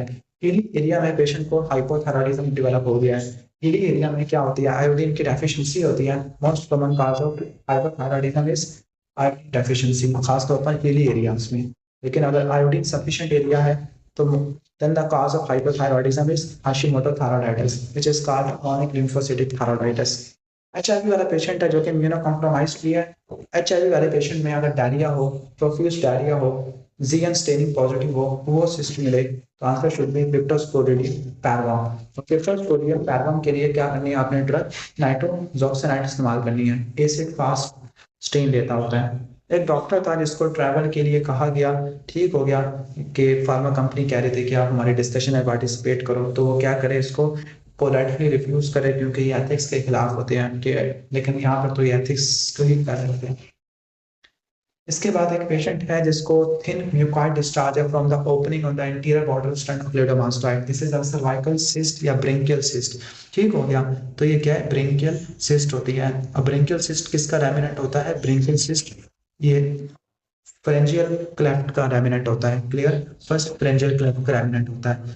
तो जो ब्रेंकियल क्लेफ्ट सिस्ट होती है ये एपिथेलियल सिस्ट होती है due to failure of obliteration of branchial cyst. वैसे यहाँ पे सेकंड लिखा हुआ है लेकिन वो तो ऑप्शन में है नहीं। जो फर्स्ट और सेकंड होती है असल में ये दोनों का मिला के कहना चाहिए था, फर्स्ट और सेकंड का। सही हो गया, चलो कोई नहीं, मान ही देते हैं। लेट मी ओपन में अगर यहाँ से पहले निकालूं कि जो फ्रेंजियल क्लेफ्ट सिस्ट होती है परसिस्टेंट सर्वाइकल साइनस होती है, तो ये लैटरल नेक असल में जो सेकंड थर्ड फर्स्ट क्लेफ्ट तो एक्सटर्नल ऑडिटरी मीएटस बना देता है, हाँ सेकंड ब्रेंचियल क्लेफ्ट आज असल में ना जो सेकंड फ्रेंजियल क्लेफ्ट होती है second third fourth over grow करके टेम्परेरी सर्वाइकल साइनस बनाती है, फिर वो खत्म हो जाती है, सेकंड आर्च के ओब्लिटरेट हो जाती है।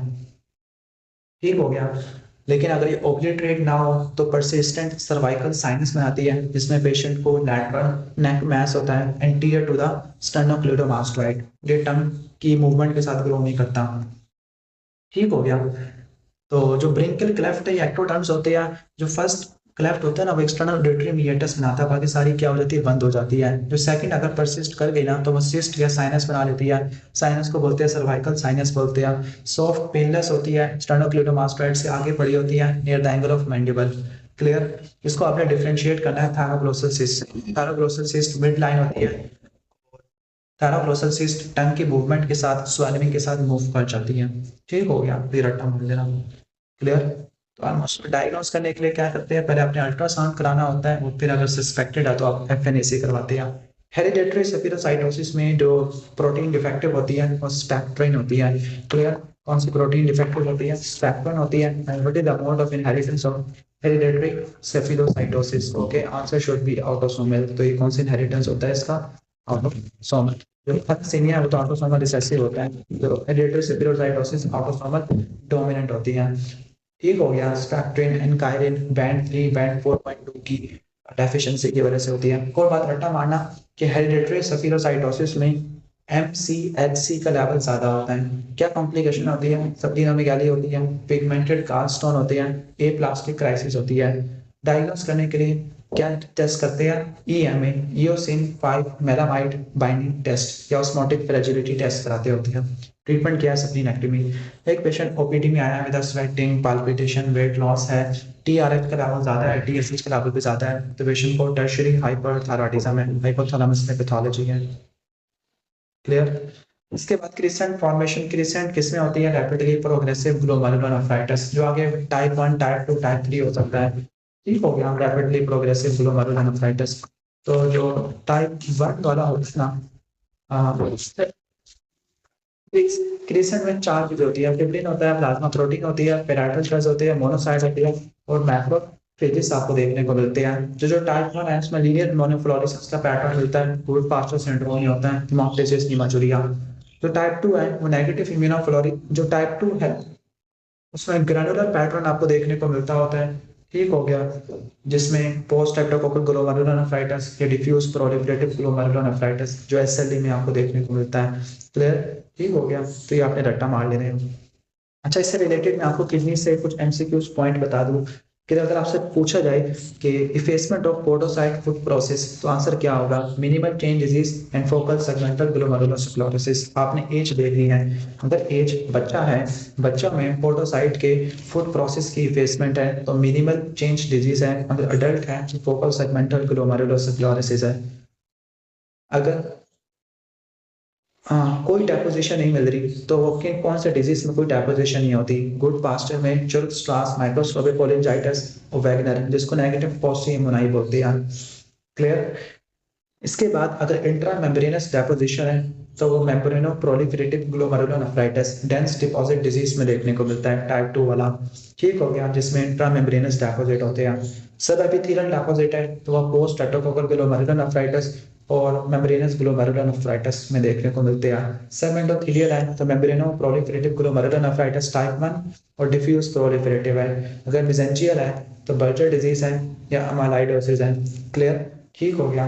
अगर जीबीएम की थिकनिंग है तो वो मेम्ब्रेनस ग्लोमेरुलोपैथी में देखने को मिलती है और डिफ्यूज ग्लोमेरुलोनेफ्राइटिस में देखने को मिलती है। क्लियर? अगर जीबीएम की थिकनिंग है और स्प्लिटिंग है तो एल्पोर्ट सिंड्रोम है। और अगर मेसेंजियल एक्सपांशन है तो वो डायबिटिक ग्लोमेरुलोनेफ्रोपैथी में देखने को मिलती है, डायबिटिक नेफ्रोपैथी में देखने को मिलती है। अगर पेशेंट को स्टेरिस का अपीयरेंस है तो पोस्ट स्ट्रेप्टोकोकल ग्लोमेरुलोनेफ्राइटिस में, बर्किट लिम्फोमा में और हेपेटाइटिस में देखने को मिलती है। बास्केट वीव अपीयरेंस है तो वेलपोर्ट सिंड्रोम में देखने को मिलती है, जिसमें जीबीएम की थिकनिंग और स्प्लिटिंग देखने को मिलती है। इसके बाद क्रॉनिक अल्कोहलिक पेशेंट है जिसको वर्निकीज कोर्सोकोफ सिंड्रोम हो गया है, तो वो थायमिन की डेफिशिएंसी की वजह से होता है, बी1 की डेफिशिएंसी की वजह से होता है। वर्निकीज के अंदर कन्फ्यूजन इटेसिया निस्टैग्मस होता है। कोर्सोकोफ में एमनीजिया, एंटीरोगेरेट एमनीजिया, कन्फैबुलेशन ये देखने को मिलती है। पेटिकिया है और इंक्रीज ब्लीडिंग है तो विटामिन के की डेफिशिएंसी है, जो 2 के साथ 9-10, प्रोटीन सी, प्रोटीन एस, इनके गामा कार्बोक्सिलेशन कराता है। एक पेशेंट को डायरिया है, डायरिया है drug given which has metallic taste. तो मेटालिक टेस्ट ना 2 ड्रग से होता है, मेट्रोनिडाजोल से और मेटफॉर्मिन से। ठीक है, अब उसको अब देखो ना, डायरिया हुआ तो ड्रग दी, अगर ड्रग देने से डायरिया होता और मेटालिक टेस्ट होता तो answer should be the metformin, लेकिन डायरिया के बाद ड्रग दी है तो मेट्रोनिडाजोल है। इसके बाद ट्यूमर सप्रेसर जीन है, तो इसमें से कौन सा है ट्यूमर सप्रेसर जीन? P53 है। जो BRCA1, BRCA2 है, these are oncogenes। oncogenes क्या होते हैं? हमारे नॉर्मल जीन्स की म्यूटेटेड कॉपीज होती है कि नॉर्मल जीन्स में म्यूटेशन आ गई है तो वो किस में कन्वर्ट हो गया? ऑन्कोजीन में कन्वर्ट हो गया। क्लियर? ठीक हो गया, तो ये रस्ता मान लेना। तो जो BRCA1, BRCA2 है ये क्या है? ये आपके ऑन्कोजीन्स होते हैं। सॉरी, BRCA1, BRCA2 ये भी तो ट्यूमर सप्रेसर जीन है भाई, सॉरी मिस्टेक हो गई है। जो ब्रेस्ट कैंसर या पेनक्रियाटिक कैंसर कराते हैं, लेकिन ये भी ट्यूमर सप्रेसर जीन है। BCL2 ये तो वो है ऑन्कोजीन है, फॉलिकुलर और diffuse large B cell cancer में आता है। P53 की वजह से ल्यूफोरामानी सिंड्रोम होता है, ये जिसमें sarcoma, breast, brain, lung, adrenal gland के कैंसर होते हैं। ये फीमेल है जिसको फीवर है विद चिल्स है, उसका अनकॉन्जुगेटेड बिलिरुबिन का लेवल ज्यादा है, लेकिन ALP का लेवल नॉर्मल है। इन शॉर्ट पेशेंट को हिमोलिटिक एनीमिया हुआ है। और patient Cola coloured urine pass कर रहा है तो पेशेंट को मलेरिया वगैरह हुआ होगा। देखो Cola coloured urine first streptococcal में भी होता है, लेकिन यहाँ पर हिमोलिसिस की वजह से आपको देखने को मिल रहा है। इसके बाद ये ट्रांसवर्स माइलाइटिस का सिनेरियो था जिसको डिस्कस कर चुके हैं, यहाँ पे आंसर गलत है। कौन सी क्लैमिडिया की स्पीशीज ब्लाइंडनेस करवाती है, तो एक बात रट्टा मार लेना कि जो ABC है वो ट्रैकोमा और ब्लाइंडनेस करवाती है D से K तक। जो L1 L2 L3 है लिम्फोग्रानुलोमा विनेरम कराती है, इसमें पेनलेस लिम्फ नोड्स देखने को मिलते हैं। जो D से K है वो urethritis, pelvic inflammatory disease, ectopic pregnancy, neonatal pneumonia जिसमें स्टैकेटो कफ होती है, neonatal conjunctivitis 1 से लेकर 2 वीक्स। इसके बाद हेपाटोसेलुलर कैंसर में अल्फा फेटोप्रोटीन होती है। कार्सिनोम एम्ब्रियोनिक एंटीजन में कौन सा टीमा मार्कर होता है, कार्सिनोम एम्ब्रियोनिक एंटीजन किस में होता है, बल्कि कोलोरेक्टल कैंसर, पेनक्रियाटिक कैंसर में होता है। CA99 पेनक्रियाज और जीबी का कैंसर में देखने को मिलता है। CA125 एपिथेलियल ओवेरियन कैंसर में देखने को मिलता है। Alkaline phosphatase Paget disease of bone seminoma में देखने को मिलता है। Alpha fetoprotein hepatocellular cancer, yolk sac tumour में, एटेक्सिया टेलांजियोप्लास्टिया में, न्यूरल ट्यूब डिफेक्ट में देखने को मिलता है। डाउन सिंड्रोम में कम हो जाता है। बीटा एससीजी हाइटाइडिफॉर्म में, कोरियोकार्सिनोमा में देखने को मिलता है। क्लियर, ठीक हो गया। तो CA15-3 ब्रेस्ट कैंसर में होता है। क्रोमोग्रेनिन, साइनेटोफाइसिन ये सारे किस में होते हैं, न्यूरोएंडोक्राइन ट्यूमर में होते हैं। Neuron specific enolase neuroendocrine tumour में होता है। LTH सेमिनोमा डिसजर्मिनोमा में होता है, ट्यूमर बर्डन को देखने के लिए करते हैं। PSA प्रोस्टेट कैंसर में होता है। एक पेशेंट है जिसको डिलेड प्यूबर्टी है, ठीक है, small testis with large legs, small testis और गायनेकोमास्टिया हुआ है, कैरियोटाइपिंग 47 है, तो ये क्या है, ये क्लाइनफेल्टर सिंड्रोम है। क्या है, क्लाइनफेल्टर सिंड्रोम है। ठीक हो गया। क्लाइनफेल्टर सिंड्रोम क्या होता है कि ये अब ये सेक्स क्रोमोसोम एक एक्स्ट्रा एक्स क्रोमोसोम आ जाता है, एक्स्ट्रा एक्स क्रोमोसोम आता है, दैट इज व्हाई इसमें आपको क्या मिलेगी, आपको बाप बॉडी आपको देखने को मिलेगी। स्मॉल फर्म टेस्टिस होते हैं, इनफर्टिलिटी होती है ड्यू टू एजोस्पर्मिया, टाल स्ट्रेचर होता है, जो नेक्वाइड प्रोपोर्शन होती है, डिलेड एपिफिजियल क्लोजर होती है, बोन लेंथ, गायनेकोमास्टिया होता है, फीमेल हेयर डिस्ट्रीब्यूशन होती है, एक बार बॉडी होती है। Most common cause of hypogonadism in males, तो आपको ये देखने को मिलता है। क्लाइनफेल्टर सिंड्रोम की क्या कॉम्प्लिकेशन है, इनफर्टिलिटी है, ब्रेस्ट कैंसर हो सकता है। क्लियर, ठीक हो गया। और हार्मोनल प्रोफाइल कराए तो LH और FSH दोनों बढ़ जाते हैं। ठीक हो गया। अब FSH क्यों बढ़ा, क्योंकि इनहिबिन नहीं प्रोड्यूस हो रहा due to Sertoli cell. LH क्यों बढ़ा, क्योंकि टेस्टोस्टेरोन प्रोड्यूस नहीं हो रहा रेड एक्स सेल से। एक फीमेल है जिसको फीवर है सिंस लास्ट 10 डेज, अब उसको कंटिन्यूस चेस्ट पेन है जो कि बैक में रेडिएट कर रहा है। ठीक हो गया। तो ये पेरिकार्डाइटिस का निशानी है, जिसमें क्या होता है, wide separate P interval prolong हो जाता है, wide separate ST segment PR interval depress हो जाता है और एसटी सेगमेंट एलिवेट हो जाती है। इसके बाद एक पेशेंट है एक्यूट चेस्ट पेन है, क्लॉट पोस्टीरियर इंटरवेंट्रिकुलर आर्टरी में है, तो कौन सा अफेक्टेड होगा, इंटरवेंट्रिकुलर सेप्टम पोस्टीरियर 1/3 में होता है। Major supply of interventricular septum, तो आंसर इज LAD, क्योंकि वो एंटीरियर 2/3 को सप्लाई करती है। IgE के रिसेप्टर मास्ट सेल पे और बेसोफिल पे देखने को मिलते हैं। Clear. Antigen presenting cell which show maximum phagocytic effect, तो एंटीजन प्रेजेंटिंग सेल इसमें से कौन सा होता है, मैक्रोफेजेस हैं जो एंटीजन प्रेजेंटिंग सेल्स होते हैं। अब रट्टा मारना कि जो भी एंटीजन प्रेजेंटिंग सेल्स होते हैं ना, उनके सेल के ऊपर क्या होते हैं, कुछ रिसेप्टर्स आपको देखने को मिलते हैं। वो रिसेप्टर्स कौन कौन से होते हैं एंटीजन प्रेजेंटिंग सेल्स के ऊपर, B7 होता है, फिर CD40 होता है जो कि CD40 लाइगेंड से बाइंड कर देता है। क्लियर। तो ऑलमोस्ट ये रट्टा मार लेना। नेक्स्ट है पैथोलॉजिकल क्यू वेव, आपको किस में देखने को मिलती है, ओल्ड MI में देखने को मिलती है कि डीप क्यू वेव है। ठीक है। इसके अलावा poor progression of R wave, ये भी आपको प्रीवियस MI में देखने को मिलता है। एक पेशेंट है जिसको थायराइड डायबिटिक ले रहा था फॉर हाइपरटेंशन, उसको सीवियर एंकल पेन है। ठीक है। अब डायबिटिक्स लेने की वजह से उसको गाउट प्रेसिपिटेट हो गया है।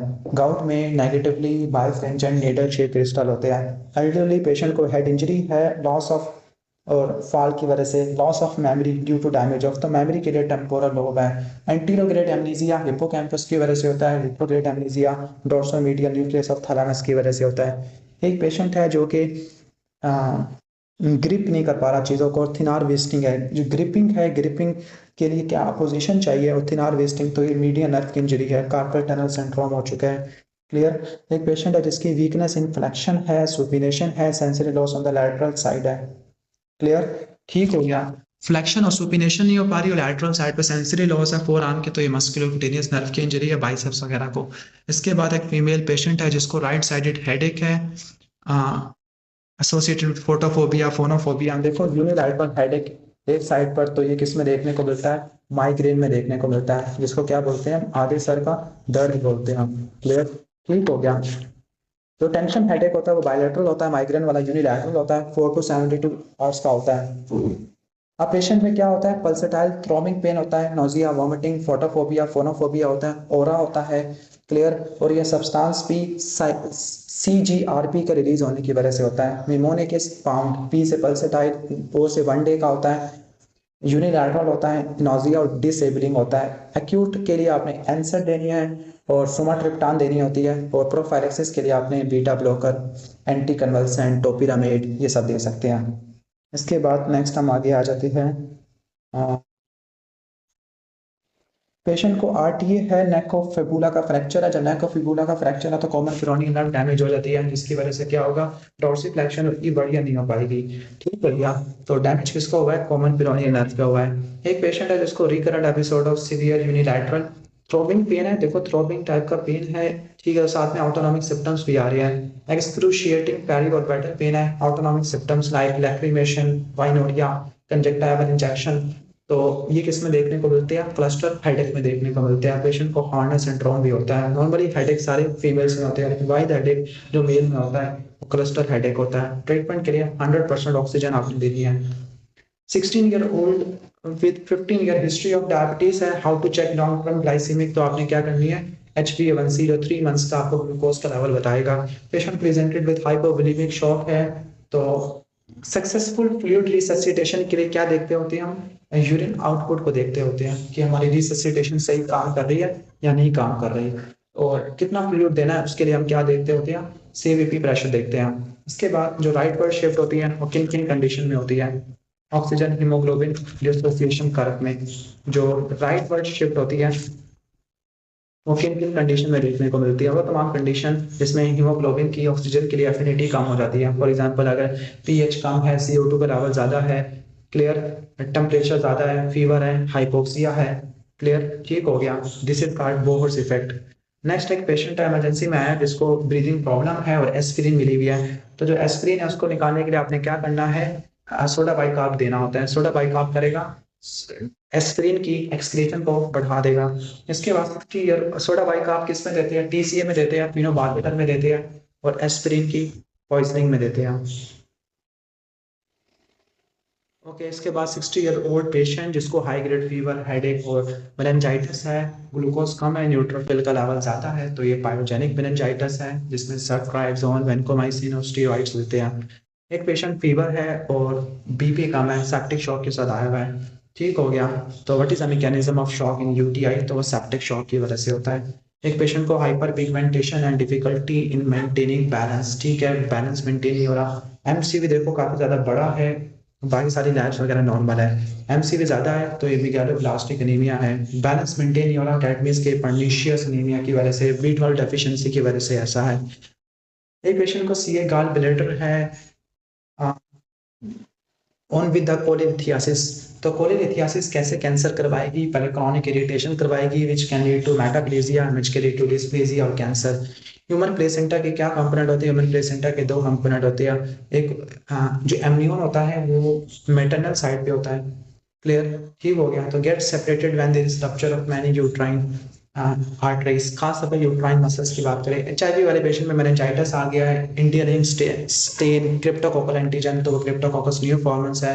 इसमें आप पहले आप एम्फोटेरिसिन B और फ्लूसाइटोसिन देते हैं, फॉलोड बाय फ्लूकनाजोल। इसके बाद एक पेशेंट को प्रोलैक्टिन ज़्यादा है, बाई टेम्पोरल हेमिनोपिया है, तो ऑप्टिक याज्मा में लिगन पिट्यूटरी ग्लैंड डैमेज हो चुका है। पिट्यूटरी ग्लैंड में ट्यूमर था जिसने ऑप्टिक याज्मा को डैमेज कर दिया क्योंकि सुपीरियरली बड़ा होता है। राइट होमोनिमस हेमिनोपिया राइट साइड का है, तो लेफ्ट साइड का ऑप्टिक ट्रैक आपको या ऑप्टिक रेडिएशन बनानी पड़ेगी, क्लियर, ठीक है। होमोनिमस हेमिनोपिया, तो ऑप्टिक रेडिएशन का मसला है। ऑप्टिक रेडिएशन 2 तरह की होती है, जो पैराइटल वाले की वजह से इंफीरियर क्वाड्रेंट टेनोपिया और टेम्पोरल वाले की वजह से सुपीरियर क्वाड्रेंट टेनोपिया आ जाएगा। अगर हेटेरोनिमस आ जाए तो ऑप्टिक याज्मा लिखना है। 55-year-old female, known case of some haematological pathology है, with a history of sudden onset of severe dyspnoea.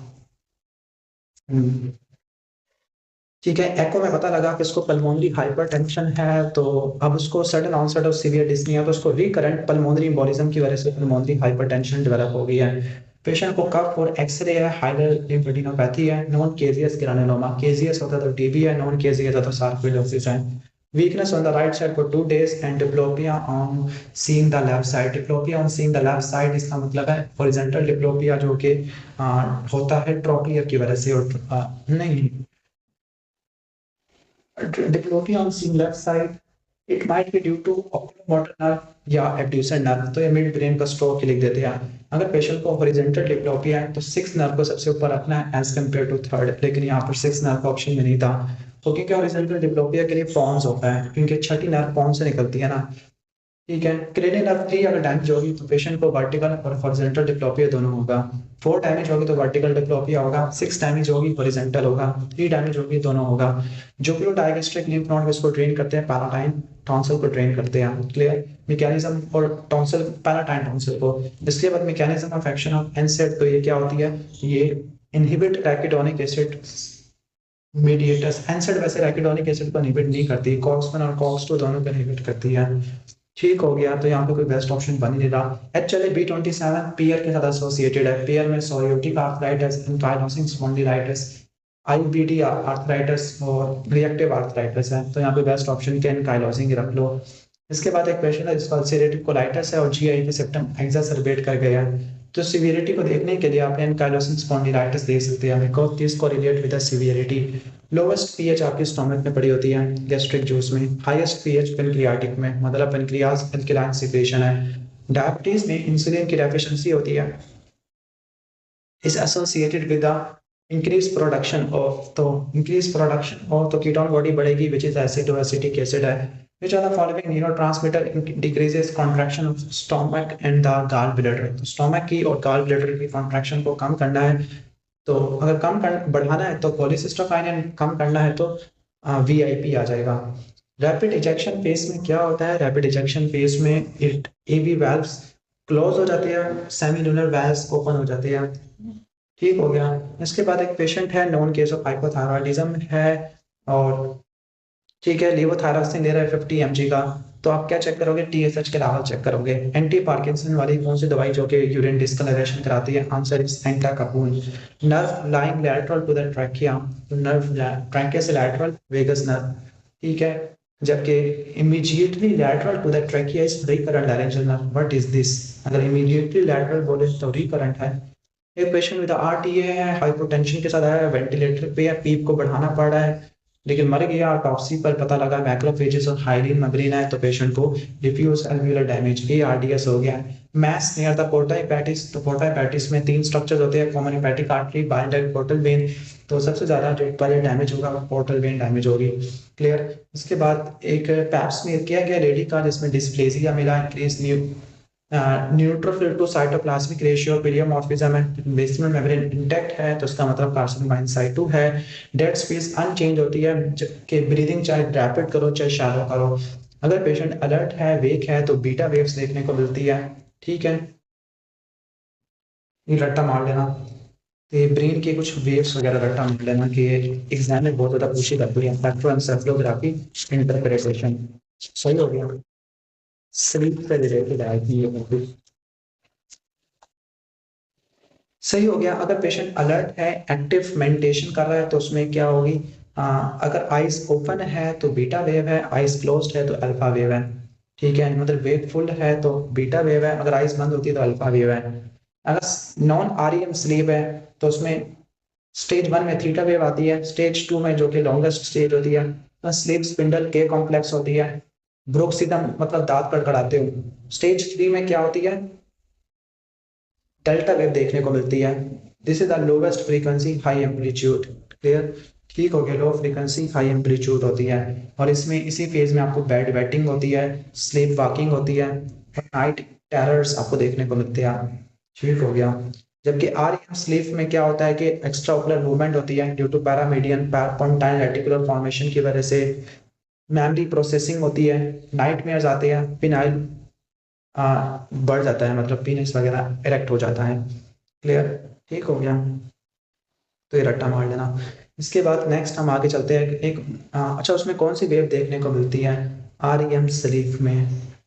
अब देखो ब्रेन तो एक्टिव है ना, ब्रेन ऑक्सीजन यूज बढ़ जाती है, तो इसमें बीटा वेव आनी चाहिए थी। नेक्स्ट हम आगे चलते हैं। क्लियर? अगर पेशेंट को नार्कोलेप्सी है तो उसमें REM लेटेंसी कम हो जाती है। पेशेंट को फटीग है, positive QRS complex lead AVF में, नेगेटिव लीड 1 में है, तो उसका मतलब उसको राइट एक्सिस डेविएशन है, जो कि क्रॉनिक पल्मोनरी हाइपरटेंशन में होती है। ठीक है, अगर उसका AVF में नेगेटिव होता तो वो लेफ्ट एक्सिस डेविएशन होती है, जो कि लेफ्ट वेंट्रिकल हाइपरट्रॉफी में होती है। एक पेशेंट को एस्थमा है, डिस्निया व्हेन लाइंग डाउन है, तो ऐसा क्यों होता है? डिस्निया व्हाइल लाइंग डाउन, ये दो ही कंडीशन में होता है। प्रोक्सिमल नॉक्टर्नल डिस्निया जो कि हार्ट फेलियर में था, दूसरा एस्थमा में, क्योंकि एयर ट्रैपिंग बढ़ जाती है। ATP7B जीन की म्यूटेशन है, तो ये विल्सन डिजीज है, which is the autosomal recessive है। ब्लड ट्रांसफ्यूजन के बाद चिल्स और राइगर्स आ गए, तो आपने ब्लड बैंक को जरूर बताना है। कॉम्प्लीमेंट एक्टिवेशन IgM IgG की वजह से होती है। Water proofing effect of skin keratin की वजह से होता है।